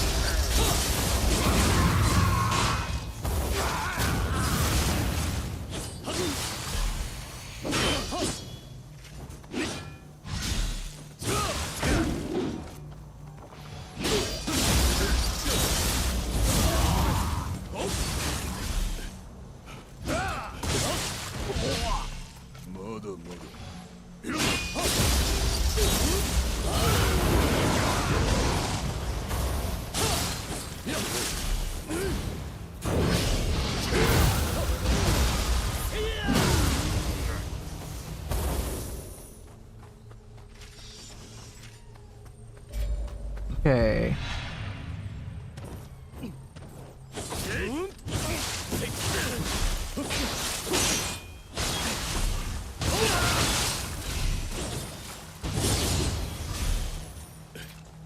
As awesome as Nioh 3 is, I'm not ready to move on from Nioh 2, honestly. So much more I could still enjoy with the game. More weapons, builds, and combos. Well, guess what? You don't have to move on. You can keep playing Nioh 2. That's why, you know, it's not like you lose Nioh 2, you've still got it. You can always go back.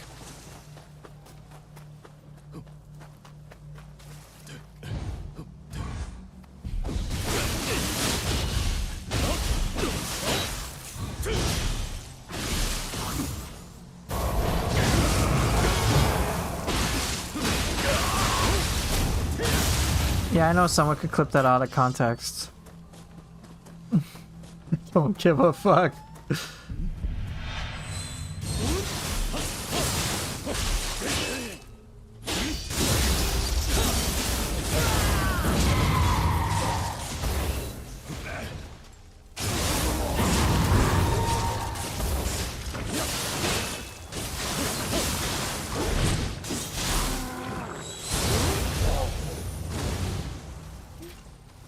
Yeah, I mean, you got Nioh 2. Whenever you want to go back and play it, you can go enjoy it. No loss there.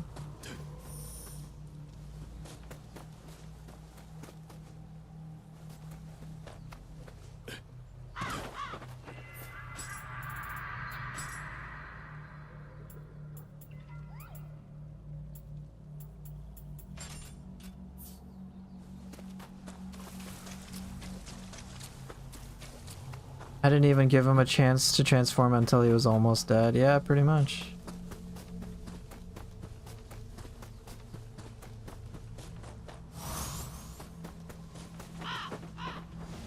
Was there a long waiting time between Nioh 2 and DLCs? Yeah, I think it was several months, if I'm not mistaken.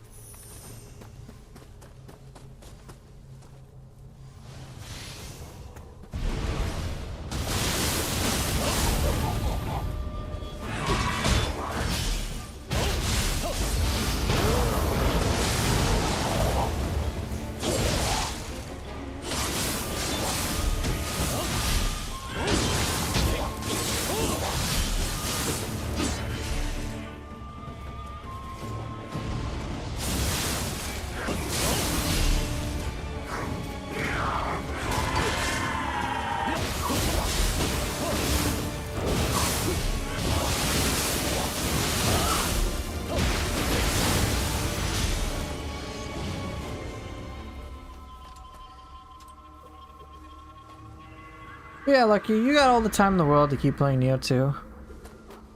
I mean, I'm playing Nioh 2. So you can play whatever you want. No rush. No rush to switch to Nioh 3. You can play Nioh 3 later. Sure, there'll be plenty of time for you to try things out in Nioh 2, but who knows? I guess you'll find out. Yes, Hato, there was no endgame at the time. It was just Dream of the Samurai and Dream of the Strong. That was it.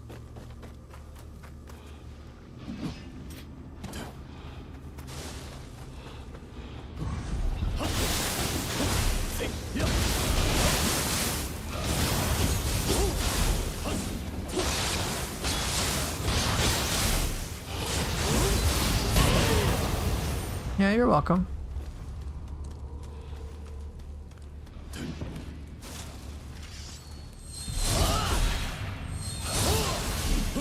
Anyone have tips to time beyond infinity? Unfortunately, it's a matter of practice.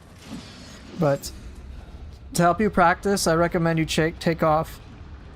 sorry, ooh. A little indigestion there. You take a look at some YouTube videos which have, like, beyond infinity timing put out for you. There's, like, this one that kind of has it work off like a metronome or something.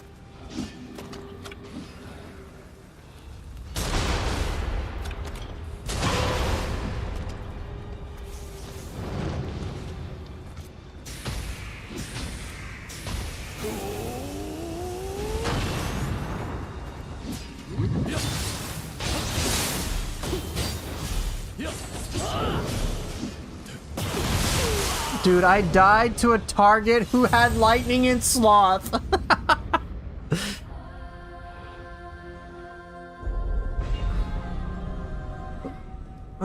Feels bad.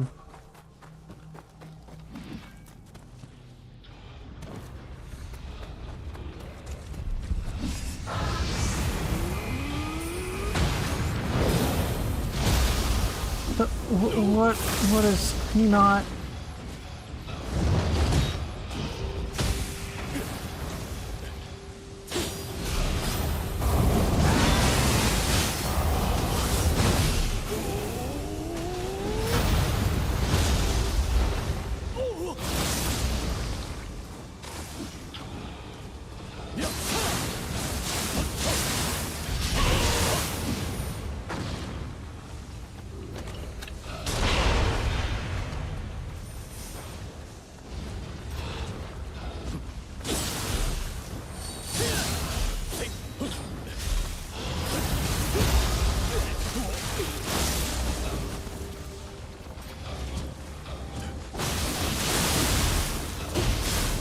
Could I show fake emotion for a minute so we could clip it? Why? Why do you... What? Grinch? I have lots of concerns. You know, why is my chat like this? I'm just trying to have a nice, pleasant stream. Hey, what's up, Lady Epitaph? Congrats on beating Ninja Gaiden 4, by the way.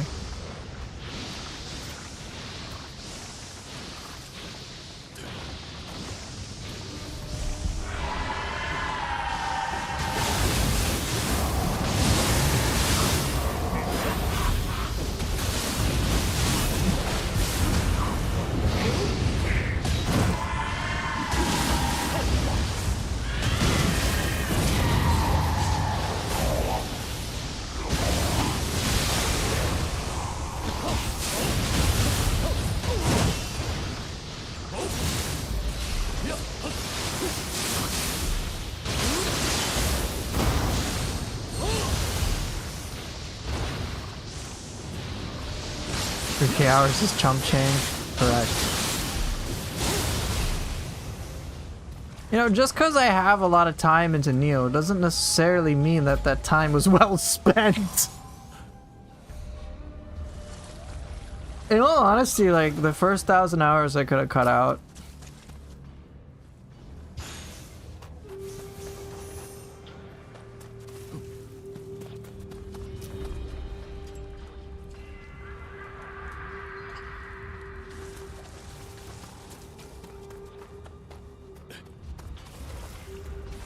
You, my friend, have a Nioh addiction? Nioh content creator having what would you say is non-wasted time? For purposes of video games, either one, you're having fun or you learn. If you're like trying to get better at something, then you're actually learning something. You just say regardless, it should be about having some fun.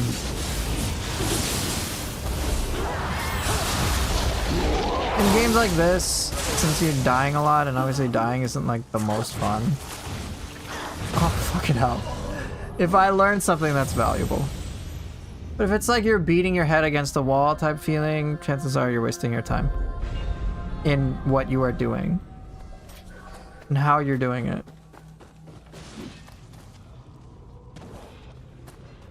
So either try some different approach.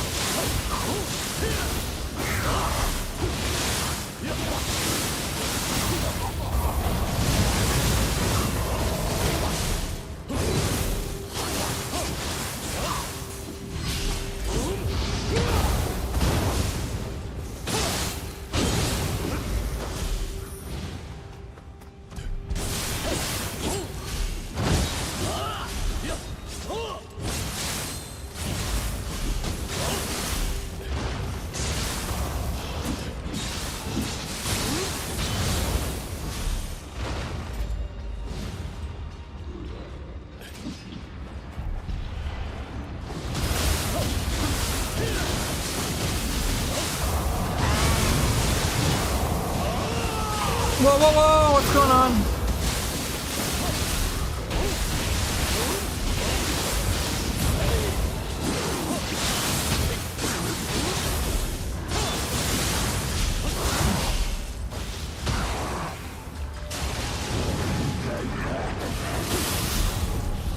Whoa, whoa, whoa, whoa, whoa!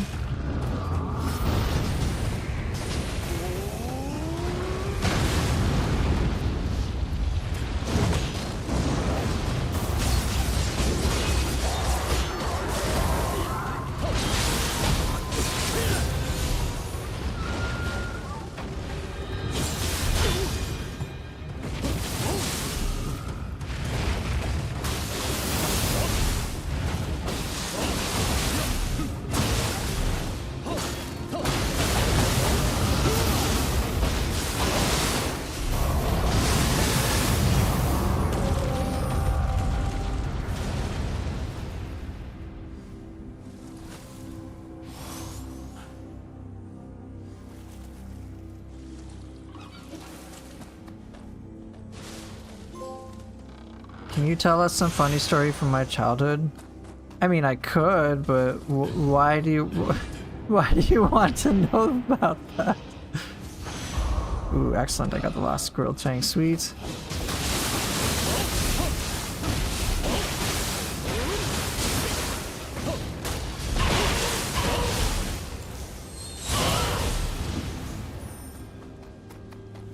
Just to see some genuine emotion.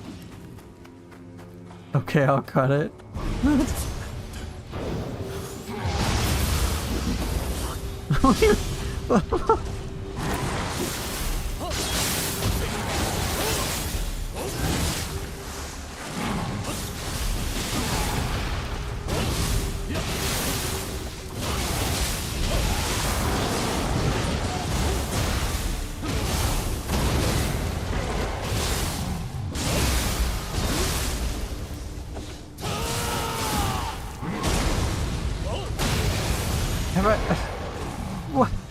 What would a non-genuine emotion be? How am I? I'm just being myself the whole time. What the fuck?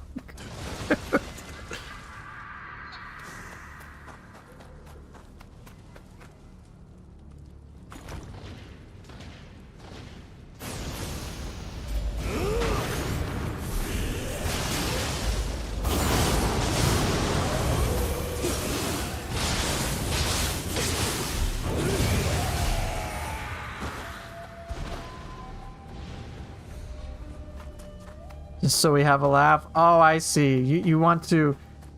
No, I don't trust you guys. I don't trust Twitch chat. Twitch chat's being mean right now. What do we got?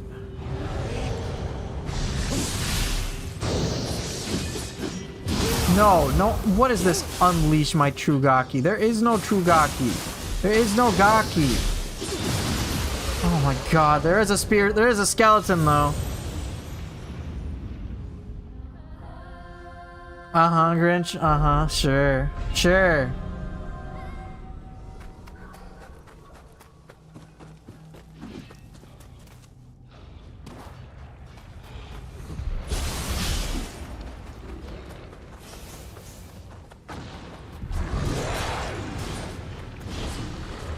Ungaki yourself? Get out. Please vacate the premises.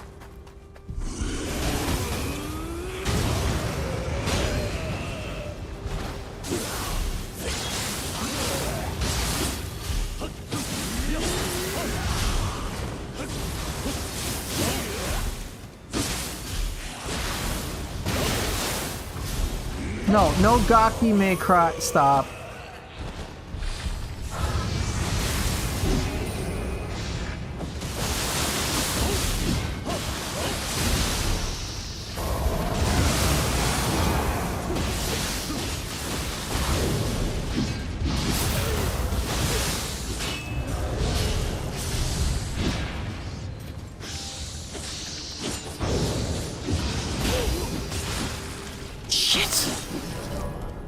Dude, how am I gonna clear that? I suppose I could draw the big skeleton out.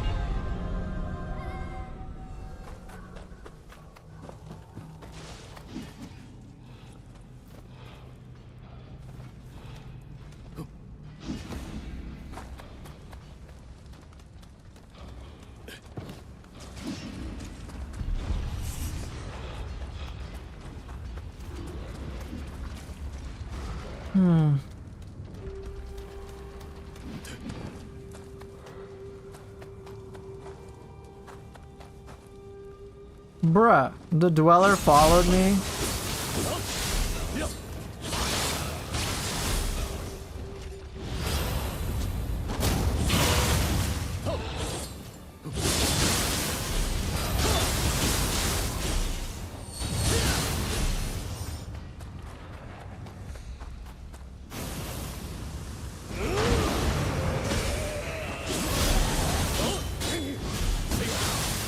Out of all of the hot springs in Nioh 2, which one is your favorite? I still don't trust you.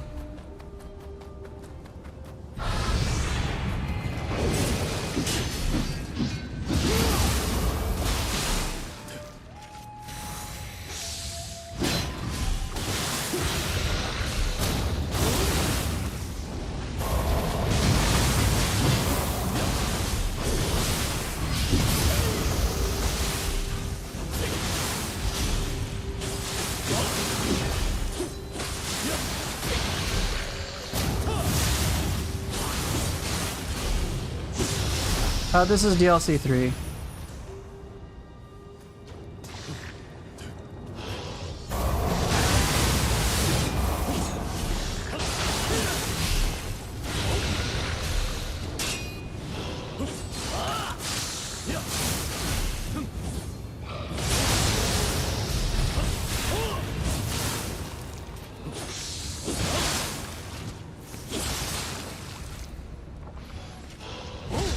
Yes, there are some ultimate stats that do appeal to me. I think the ones that appeal to me the most is actually ultimate skill and ultimate strength.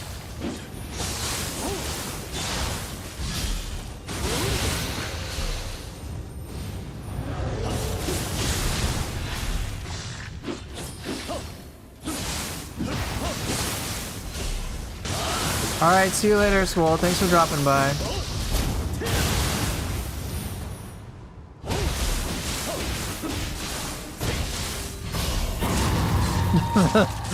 That made a little bit no sense.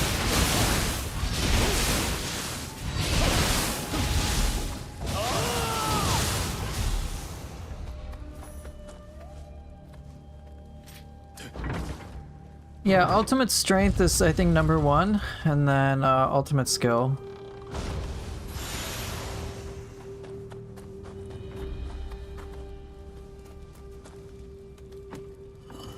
Seeing what people do with only 2 weapons, I'm still shocked that they gave us 4 weapons for Nioh 3.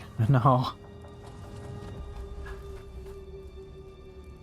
I thought courage and heart would have been it. Skill and strength interesting. Yeah, it's ultimate heart and courage no doubt would be cool.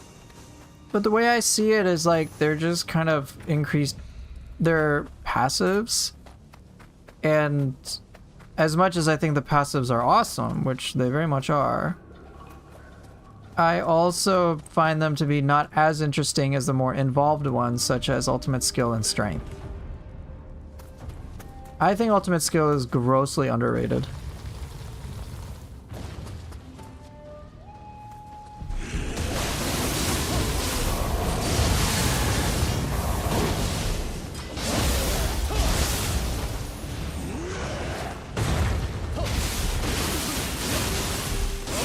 What does the ultimate even do? Let me show you a couple of examples.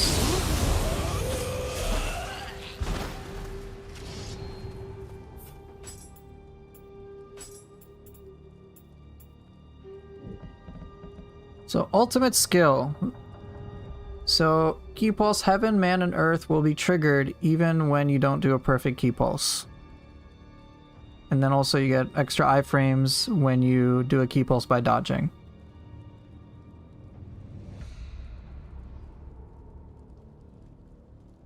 Does ultimate skill work with dual swords winter wind? Yeah. Anything you can key pulse, this will trigger. So you can key pulse heaven is a damage buff, key pulse man is a free block, key pulse earth is a free dodge.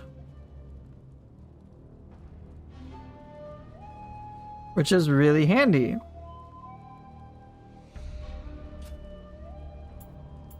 Ultimate courage is what some of you were surprised by. This is obviously very good. Reduces key consumption when attacking, and then anything that screws over key recovery is like reduce effectiveness, which is nice. That's useful. That's actually very good.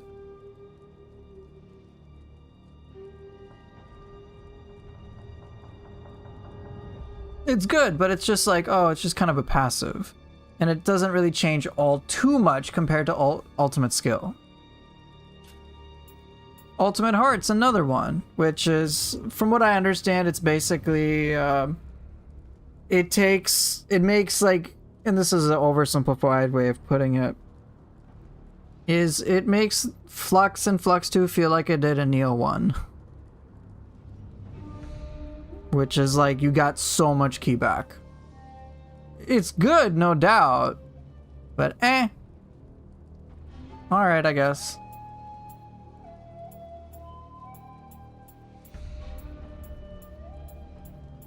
Ultimate Strength. I like this one a lot. This one is probably the most involved one. So sure, I do extra key damage, but I can key pulse by guarding. So yeah, that's pretty good. And then if you're using a blessed weapon, you can get even more key back. In Nioh 3, you can just equip this. as a samurai skill, just key pulse on guard. Which is really cool. So yeah, like this paired with ultimate skill means you can get any of the key pulse buffs after you block. So you could like guard and then get the key pulse mid stance key pulse buff for a free guard after. It's just it just changes how you engage with the game. So yeah, guard resetting, pretty much. Pretty much, that's the best way to put it. And there's an ultimate stat for all of them. So yeah, with ultimate strength and skill, I can block Eboshi's full combo with no key cost at C toughness. Yeah, that's a very big deal.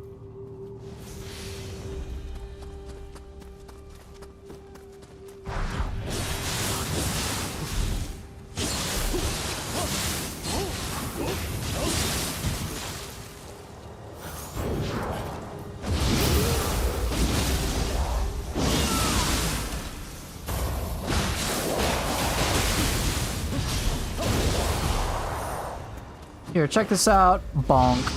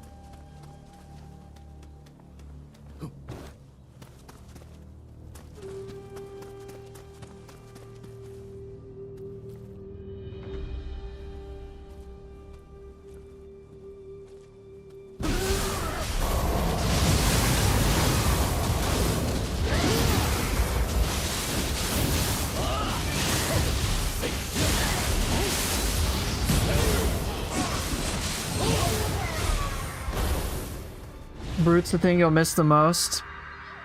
Don't forget your guardian spirit skills, though. All of this mission's Kodama spirits have been guided to the shrine. Excellent. Yeah, don't forget, bro. You still have quite a lot that you can do in Nioh 3, which will kind of more. You have your guardian spirit skills, which effectively function as your brute counter.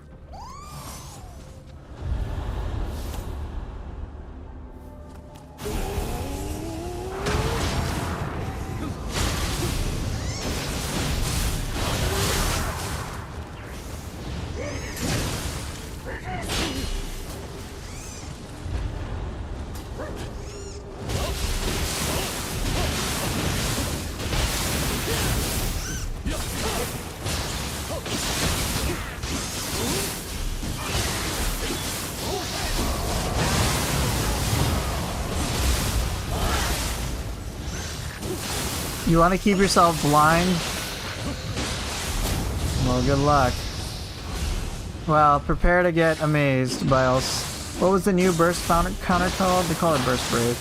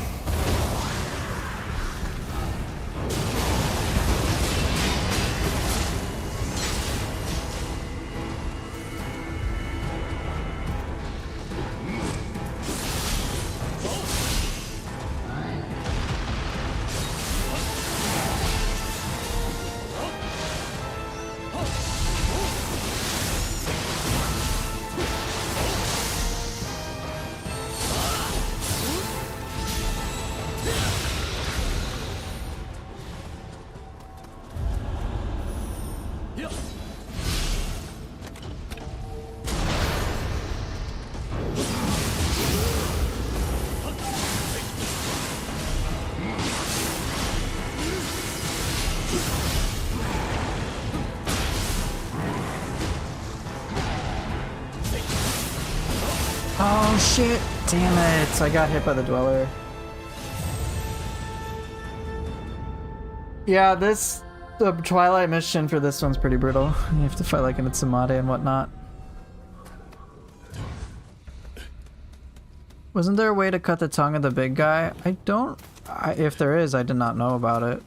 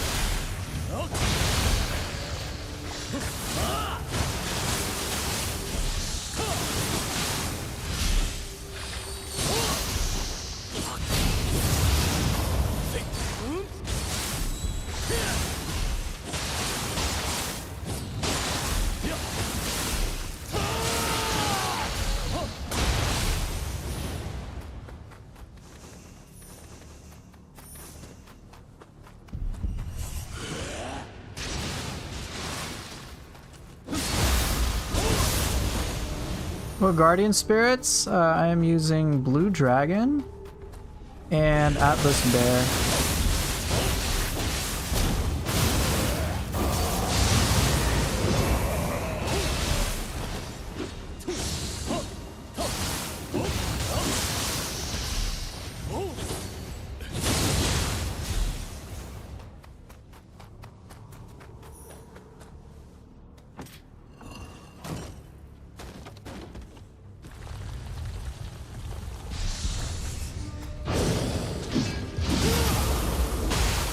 You can put more than one lucky drop on an accessory. It will not conflict.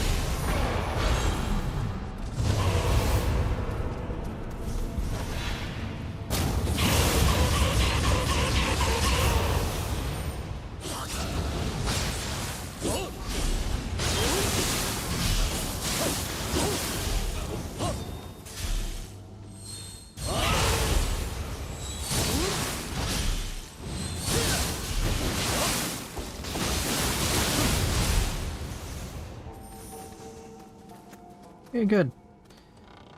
I love how fast Morning Light applies the elemental status. Sometimes I feel like getting knocked down on purpose. Yeah, Morning Light's quite good. There aren't too many Kusarigama ninjas. I did fight one in this level, but... Oh wait, can I level up more? Yeah.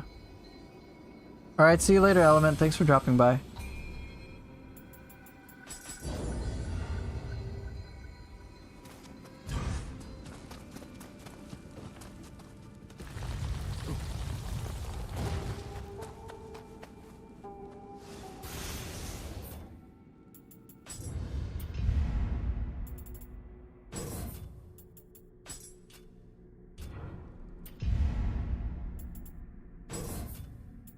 Okay, Tonfa's done.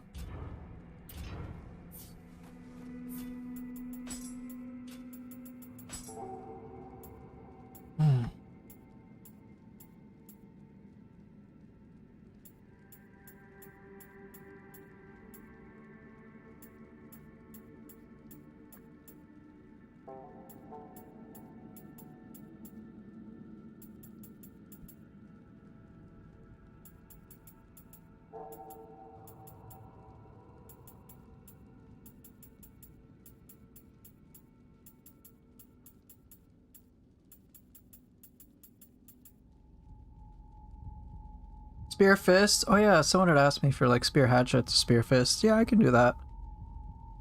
I think after.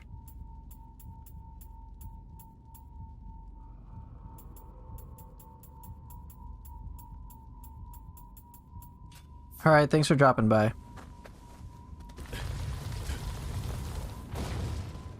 Tonfa gun I think starts becoming available on like divines.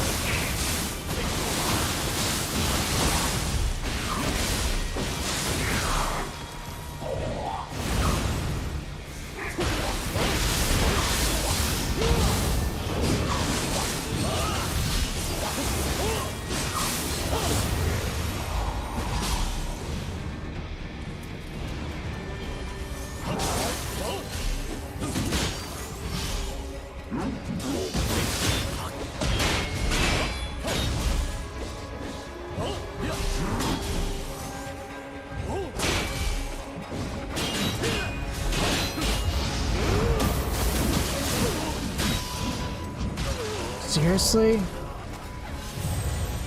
There's some serious key damage. Oh well.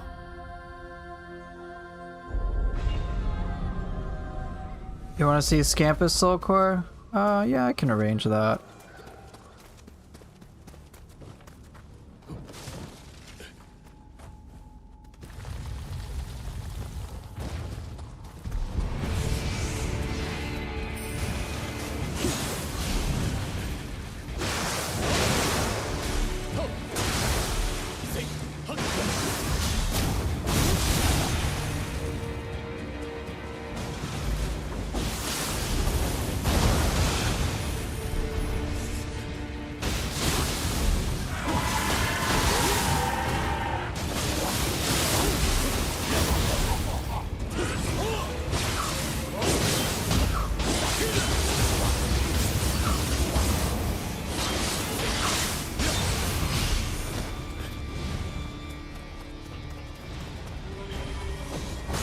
Oh my god, that hurt.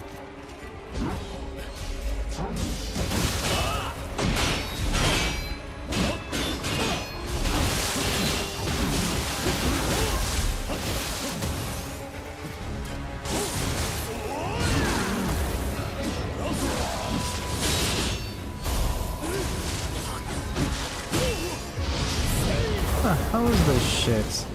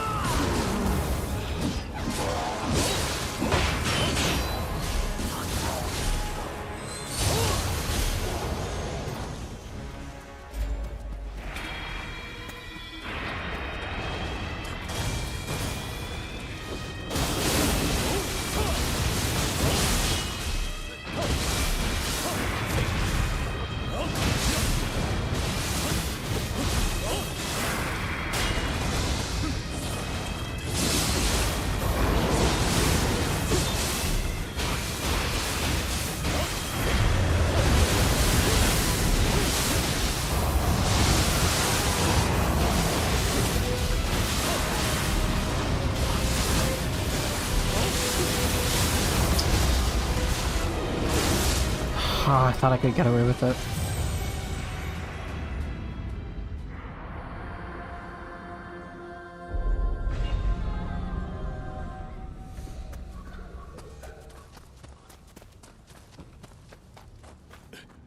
Yeah, I thought wrong.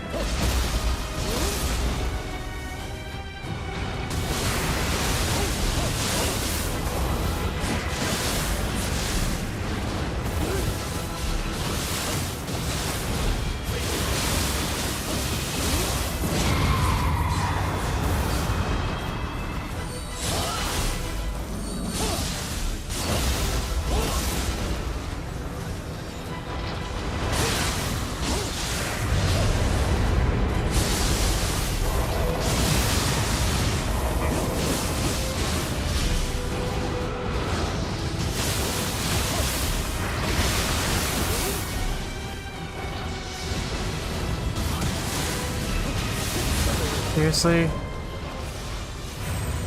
Oof.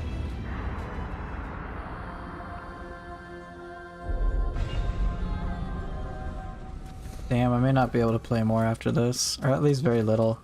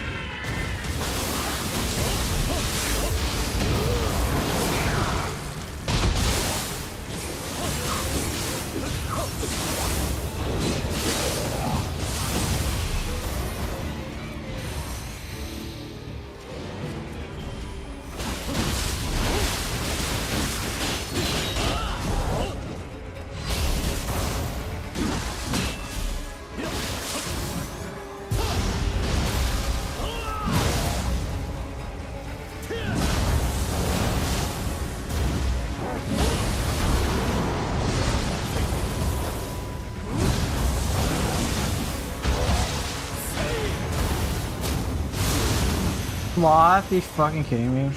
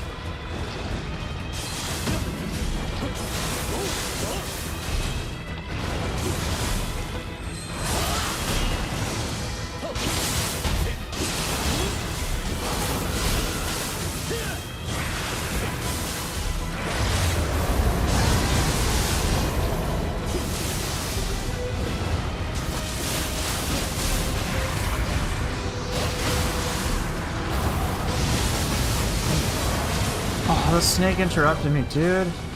The little snakes. I don't have enough power here. I barely got to 20% health. Yeah, I'm like +6 levels behind.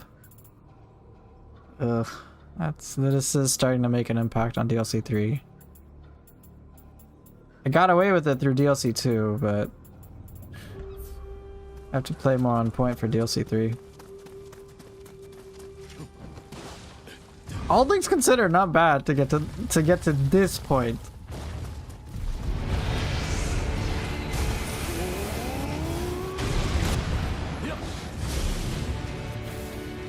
Alright, see you later. Thanks for dropping by.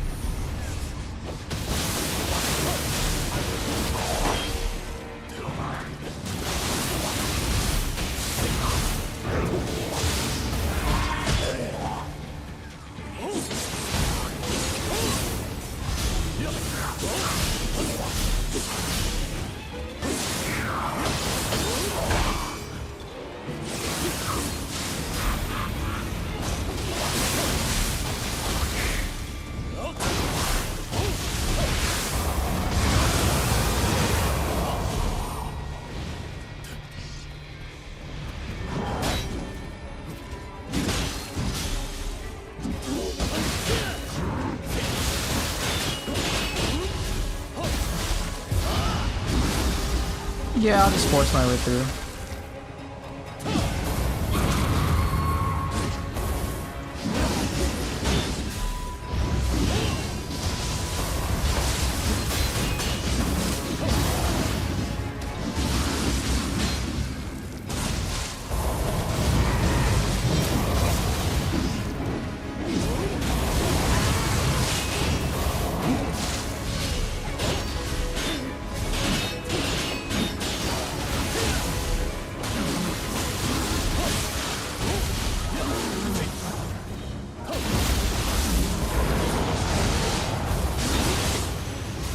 Yeah, if I time it right, I probably could get away with it. I was trying to do some fire-based stuff, but I need to like confuse at the right time. Yatsuno Kami is a little resistant to confusion too, if I'm not mistaken.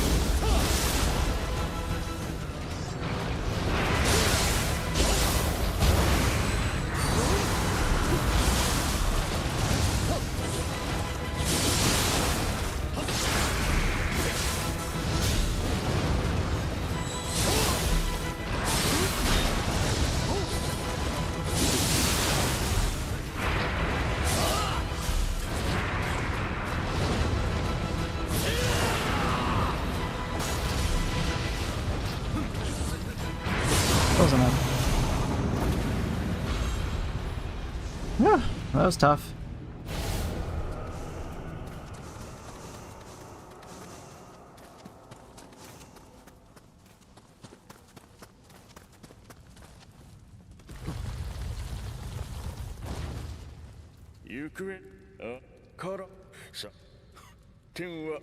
Yeah, got a mobby. Cool.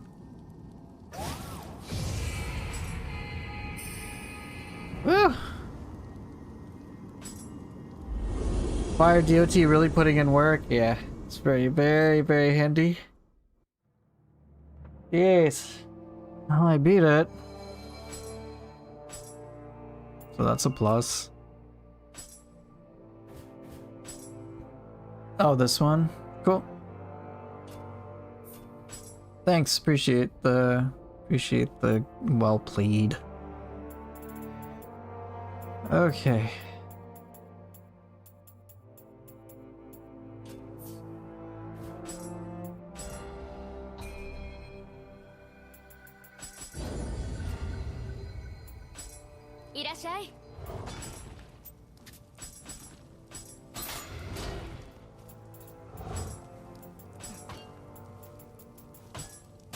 So much Umbra sites.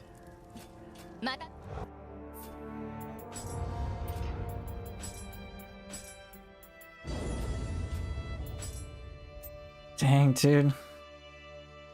Well, I don't have time to do like a full loadout switch. I got like a few more minutes. Ancient Nioh Tengu, I have yet to fight her. Atlas Bear plus Limitless on Fists is a treat to behold. Yes, it is.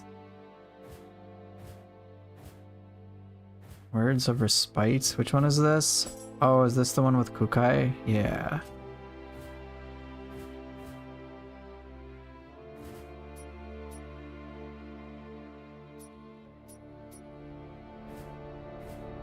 Yeah, I'm gonna need to get a little bit more powerful before I do that. But I suppose I can finish today with Ancient Nioh Tengu. That should be good.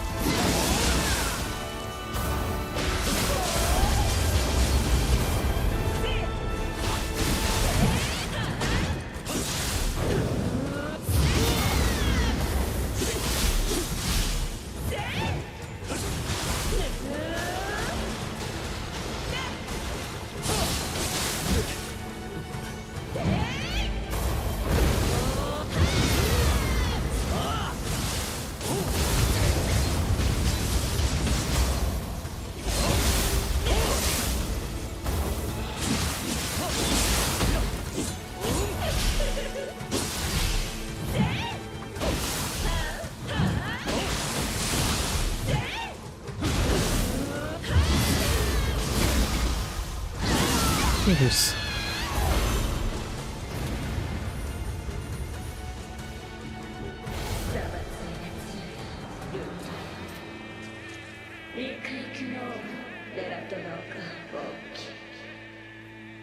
Well, at least I beat her first try. I haven't fought Ancient Nioh Tengu in over 100 hours, but yeah, at least I beat it. With one very reliable strategy, which was to get her to low key and then Phantom Burst counter. I beat Ancient Nioh Tengu faster than I beat Yatsuno Kami. What a world I live in. Yeah, I was very close several times. Ancient Nioh Tengu is such a ridiculously powerful soul core. It is like, I think, the single most anti-human soul core in the game. It's like Dweller times 5. It does a modest amount of key damage, but any enemy that is blocking will like get destroyed. Is it normal that I do 0 damage? My character, yeah. Most people, no. My character is built like garbage in comparison to most.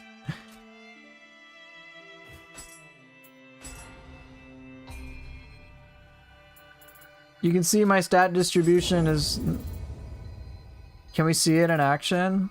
Yeah, I think I have a little bit of time. Who's a good one? Who blocks a lot? I'll try to show it just very briefly. Very, very briefly.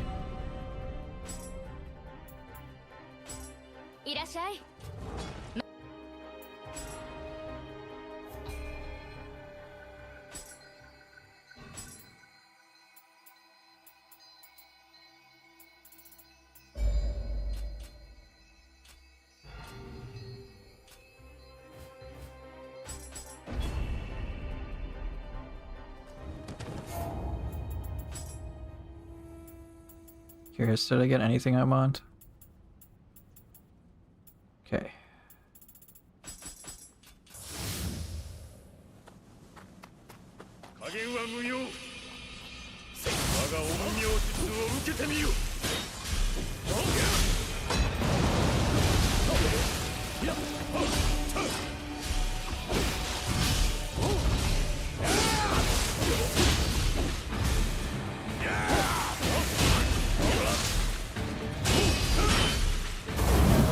Damn it, you blocked it, you bullshit.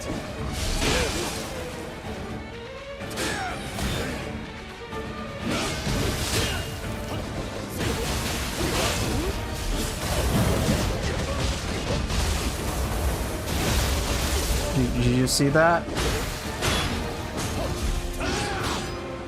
He had key and then he didn't.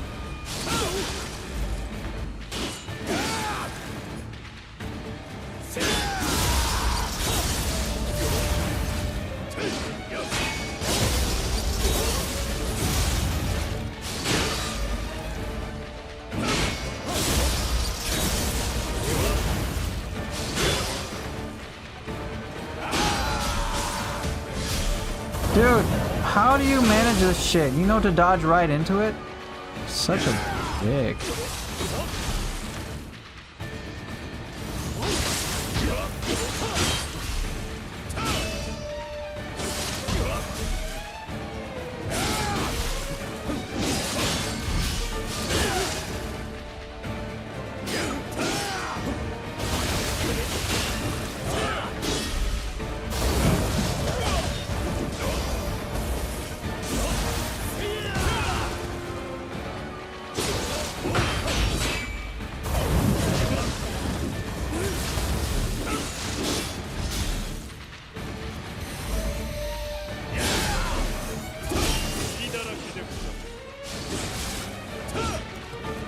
Oh, wrong time.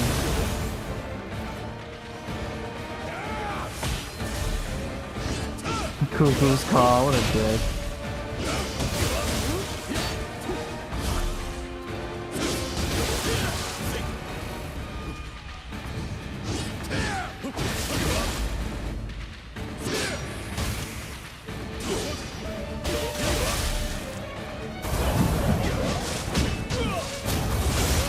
see that?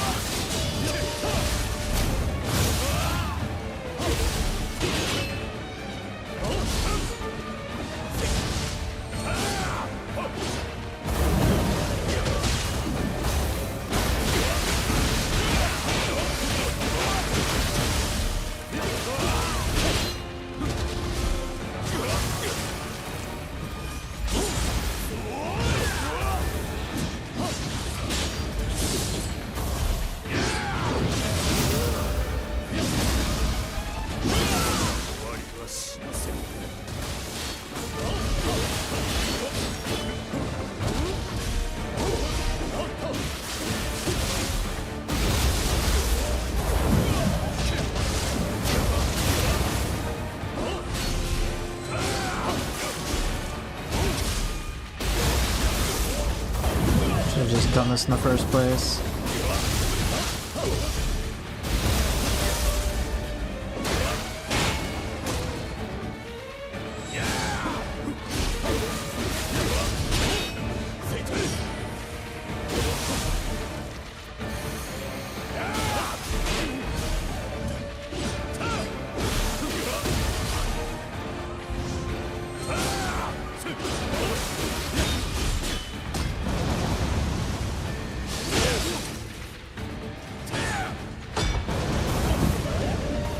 Really?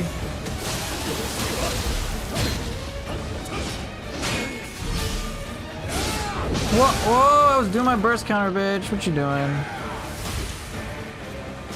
You're not.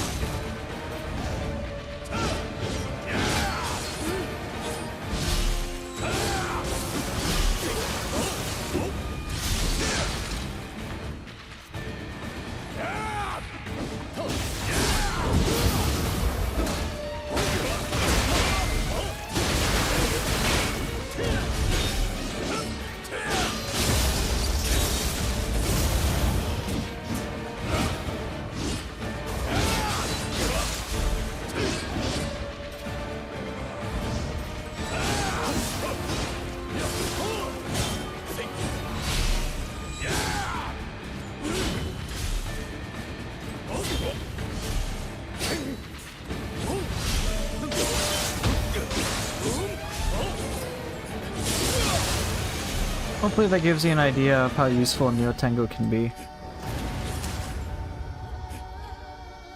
So yes, even without a combo, you can see that her ability is like very handy against like the boss that I think most of us one of the bosses that most people hate. Oh, Saito Toshimitsu is blocking? Alright, as long as Nioh Tengu can connect, he's fucking dead. Right, and if a human blocks, which is what they are most likely going to do, Nioh Tengu will destroy them. Right, and you can use it, of course, against bigger yokai because it'll hit them so much, do a good amount of damage, a good amount of key damage. It's good against yokai. It's good. It's not amazing, but it's good. Against any enemy that blocks gets fucking destroyed. My video, when I was planning my Soul Core guides, I was gonna use Ancient Nioh Tengu against Saito Toshimitsu and hatchets. Yeah, it's your guard break. It's your guard break Soul Core. Nioh Tengu against any human who blocks. Any of them. The moment they block, they will get fucking shredded. By Ancient Nioh Tengu. So yeah. But Saito Toshimitsu is like a good target for me to showcase, like, oh, Ancient Nioh Tengu. And you got to see some combos with Tonfa. I've done stuff with hatchets where it's just like, for once, we're the ones placing non-stop pressure on him. So it feels pretty good in that respect.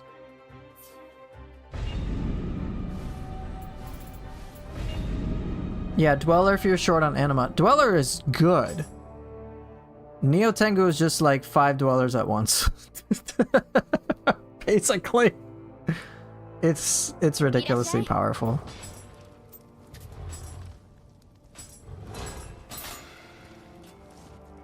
Nioh Tengu or Kama Itachi synergizes at range well with Piercing Hurl, Wild Surge, or Deadly Mark, Water Drop, and blocking bosses. Exactly. Yeah, exactly. Couldn't have said it better myself. I was gonna showcase the... what was I gonna do? After Ancient Nioh Tengu, I was gonna showcase the Wild Surge tech. Or the Sheath tech or whatever. Exactly. You also have the advantage of a lingering soul core to set up. Right. You just saw I like casually walked to him. And I was like, oh, can I grapple him? And then boom, grapple. Throw Ancient Nioh Tengu. It starts hitting him. And he's like, oh shit, I got a block, bro. And then you're like, cool, let's do this again. And if you have like enough anima bonuses, let's say on grapple, it becomes fucking silly. The Nekomata 3-hit also works for these setups. Oh, okay. Cool.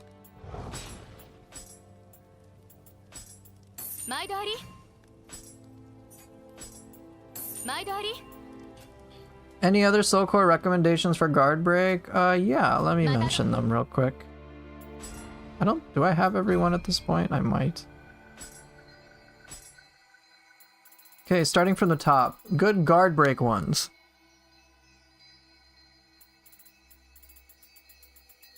Gozuki. Gozuki is just like, hi, I will destroy you. Oh, key damage, great. Blocking, also great. I don't care, I smash into you and you die. Mitsuki is okay. Ippon's really bad in those situations. Nurikabe, very good. Not a Nenra, not Aberrant. Yatsuno Kami, excellent. Yeah, Gozuki is just amazing in general. Yeah, Gozuki is for everyone, right. Yatsuno Kami, very good. Its only weakness is if it doesn't hit multiple times, then it can feel bad. But if you trap an enemy in a corner, or if it's against certain bigger targets, Yatsuno Kami is just superb all around. I don't think One-Eyed Oni... I think Waira's okay. Let's see. Kama Itachi is okay. Kuroka is good for blocking opponents. As long its weakness is that its range can be a bit problematic and it's slower. Does Nureo count if you bypass the guard? Well, that's guard bypass. That's not guard break. Dweller, very good. Rokurokubi, I think it's just okay. Onryoki, good. Mitsume Yazura, Namahage's not that great. Owl is not that great against humans because they can regen ki. Like, it's nice, but it's eh. Tesso, no. Onyudo, yes. Onyudo very good against guard as a guard breaker. Ubame, not really. Gyuki, yes, very good for that. Wheel Monk, I think it's just okay. Kasha, no. Ryomen, no. Daidara is okay. Shutendoji, no. Magatsu Warrior, yes, very good. Osakabe, it's okay. Otakimaru, no. Nue, no. Scampus, no. Onibees, no. Kiryoki is okay, not that great. Bakegani is eh. Seto Taisho is okay. No, I don't think Umunudo, no. Giant Toad, I think, is decent, but it's just slow. White Tiger, surprisingly, yes. White Tiger is actually pretty good. Major weakness, of course, is that it's very long animation, and you have to make sure you're pointed in the right direction. But I've done a guard break on Saito Toshimitsu with White Tiger. So it works. Oboro Guruma, good for guard break. Yomi is okay. Hellish Hag is, I think, actually pretty decent.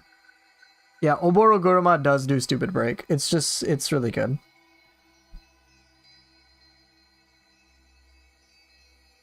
Tsuchiguma's okay. Yashu, I don't think so. Underworld Soldier, not really. The Fox is no. Haribo Nobo, not really. Ancient Nioh Tengu, yes, obviously, like, probably #1. Tate Obushi, I think, is also very good. Itsumade, obviously, would be difficult to do against a guarding opponent, but I think it's overall very effective. Konaki Gigi, yes, good. Very, like, exceptionally good. Kinky, I believe, is also very good too against blocking opponents. Fuki, not really, I think. Suiki, not really. Ongyoki, don't think so. Nightmare Bringer, not particularly. Giant Toad is, in my opinion, reserved for... I think I remember Yasha being really good. I'll have to double check. Okay. Giant Toad is kind of like your all-around powerhouse, but its weakness is that it's such a slow animation. And yeah, I don't use it to... if I use it against human enemies, I'll wait until they're at low key to do it. Very low. And then it just becomes like this super batshit hilarious zero key like combo thing. I like using it more against yokai when it's like, hey, I put purity on them, and then now I depleted their normal key and I need to deplete their max key. Okay, one button tap. Alright, great. Giant Toad, smash through everything with your pipe and your fist and your tongue. Just like go from full max key to fucking 0. Then it's like hilariously good. Yeah, Toad does take forever to use, but his damage is good. And it does intense amounts of key damage. It's just slow. But it is very satisfying to pull off, I'll tell you that.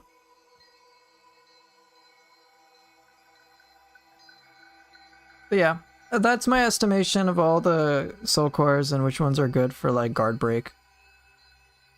I think like amongst the best of them, I think Kinky's very good. Konaki Gigi is phenomenal, but I do definitely think Ancient Nioh Tengu takes the cake. Are these DLC cores? Yes, these are DLC.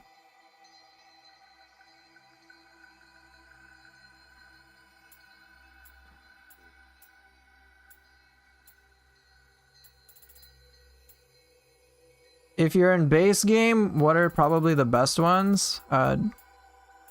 For that purpose, Magatsu Warrior is just ridiculous against humans at close range. It'll just shred them to absolute bits. Is Yasha good for breaking though? I just don't remember. I don't remember my video. Okay, so Magatsu Warrior is one. Gyuki is another one. Onyudo is another one. Onryoki is pretty good. Dweller is great. Koroka is pretty good.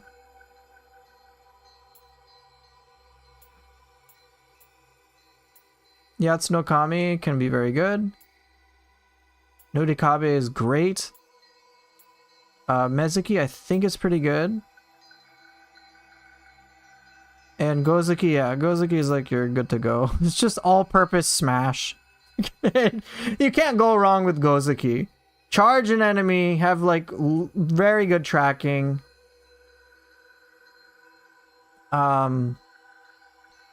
Serious damage. It just doesn't matter. Charges and smashes is very good. Guaranteed stagger, yeah, all that shit. It's just a very powerful core. Right, Witty, but I'm not getting to the grab with Yoki and Underworld Soldier. I'm not getting to that. I'm just talking about guard break. Come on. Yeah, you can never... I don't think you can ever go wrong with Gozuki.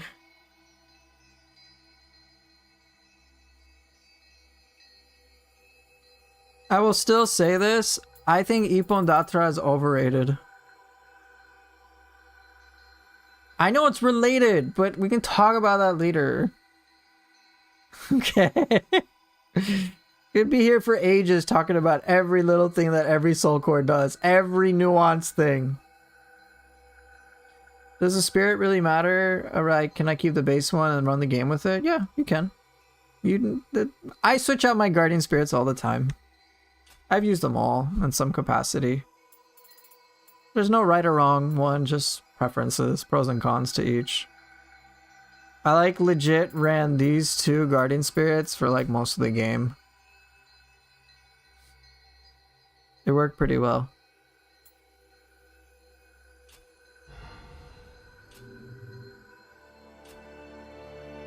Well, damn.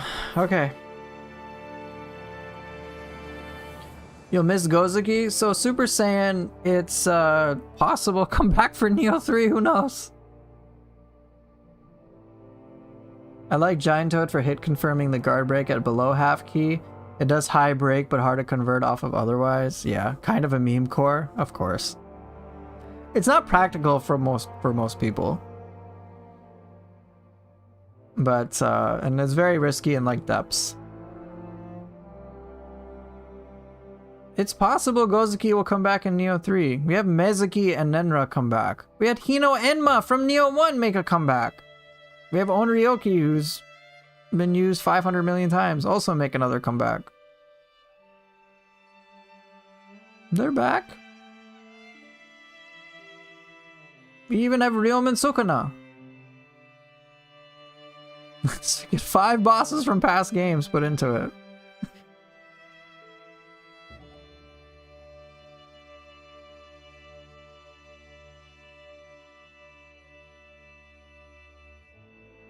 But yeah, there's a lot of pros and cons. Can Otakimaru spam back? Maybe, I don't know. So, right, and as Chad is saying, there's a lot of pros and cons when it comes to every soul core and every guardian spirit. There's no like one is vastly superior. Like, it's not like you can't go wrong just playing how you want. And the power, like, there's maybe like one exception to it, and that is Nioh soul core, which is DLC 1. And it's not even because of the idea of it, it's just like the hitboxes with it are just so painfully impractical that it just feels much weaker than another Lightning Soul Core, which does something somewhat similar, but just hits more reliably. If Nioh hit more reliably, I would say yeah, it's an amazing lightning damage nuke. Just zap like a whole area in front of you. It'd be like super effective, but it just misses. It like misses, and that feels so bad. Do I love tea with sugar? I don't actually drink much tea, but if I have herbal tea, I'll usually have it with honey. You really want to make One-Eyed Oni work, but he's just so hard to control? Chicken burrito, try this. Here's a fun thing to do. Why don't I show it in the dojo?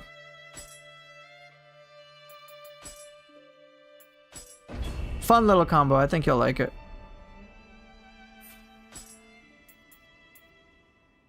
How do you use Upume properly? I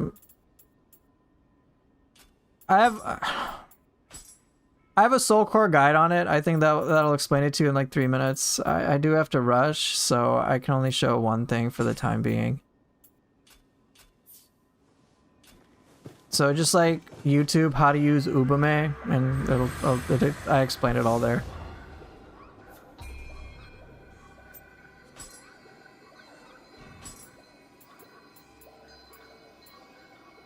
You think Koroka's trash? I don't think Koroka's trash. I think the range on it is the biggest problem, but I think it's pretty good. Nioh works for crowd control on multiple enemies. It does. And I do like how Koroka can be used. Anyway, I can't get into this debate right now. I just gotta show the thing for Chicken Burrito.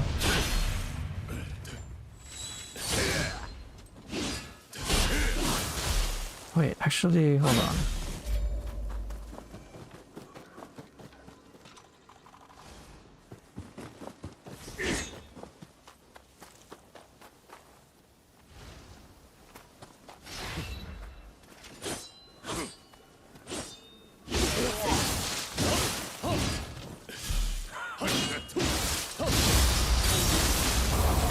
I didn't have the proper terrain.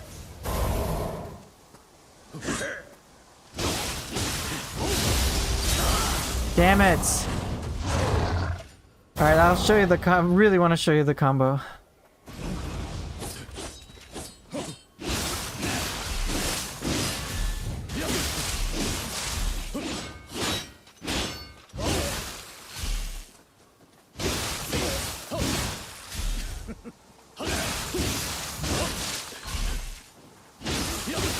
Come on!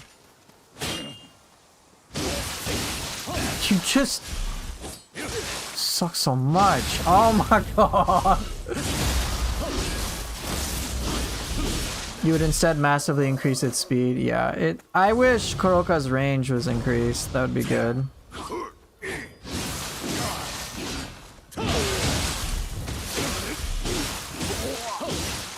Stop dodging, you piece of shit!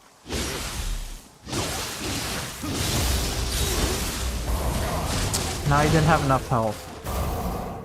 Okay, the idea is charging Bull into One-Eyed Oni into Yokai Shift.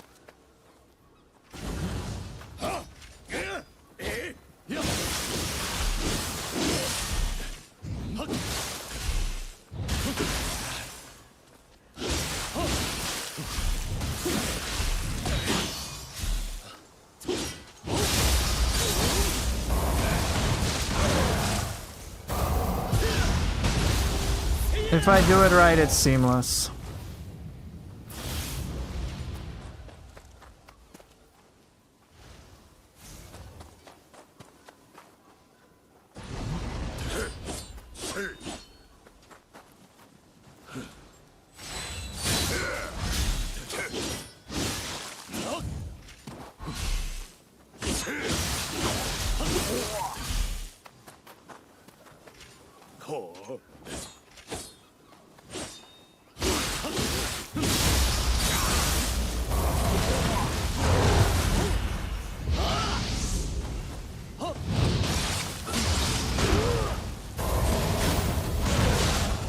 I've done it before. There's a video I have doing it against Psycho Magoichi. But I also do have a guide on it. But basically, if you really want like a reliable way to do it. Here.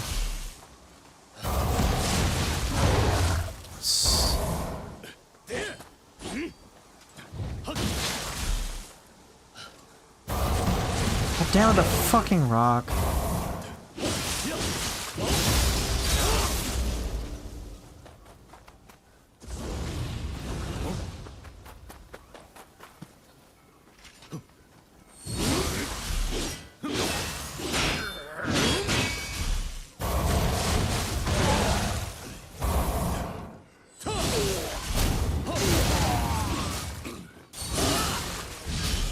Something like that.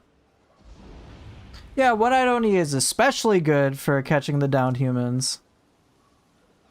Did I try this Campus Core Soul Core already? No, I did not. I didn't because I had to finish a mission.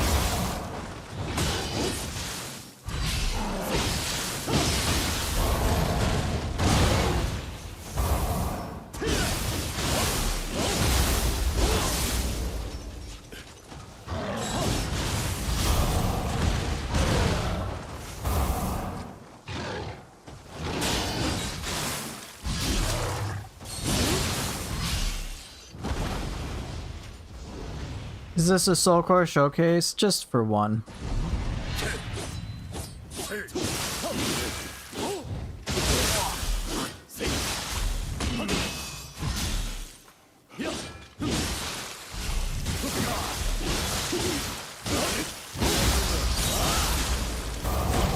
Now he has too little health. I've done it against the boss, but I can't do it against a silly dojo human.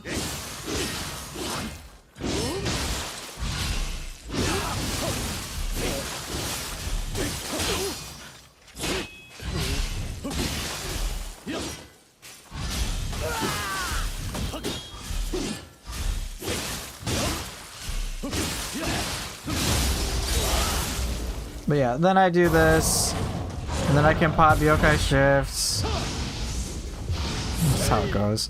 But yeah, I have a video with Psycho Magoichi where I do it. Or actually, yeah. You can set up all sorts of interesting things that way.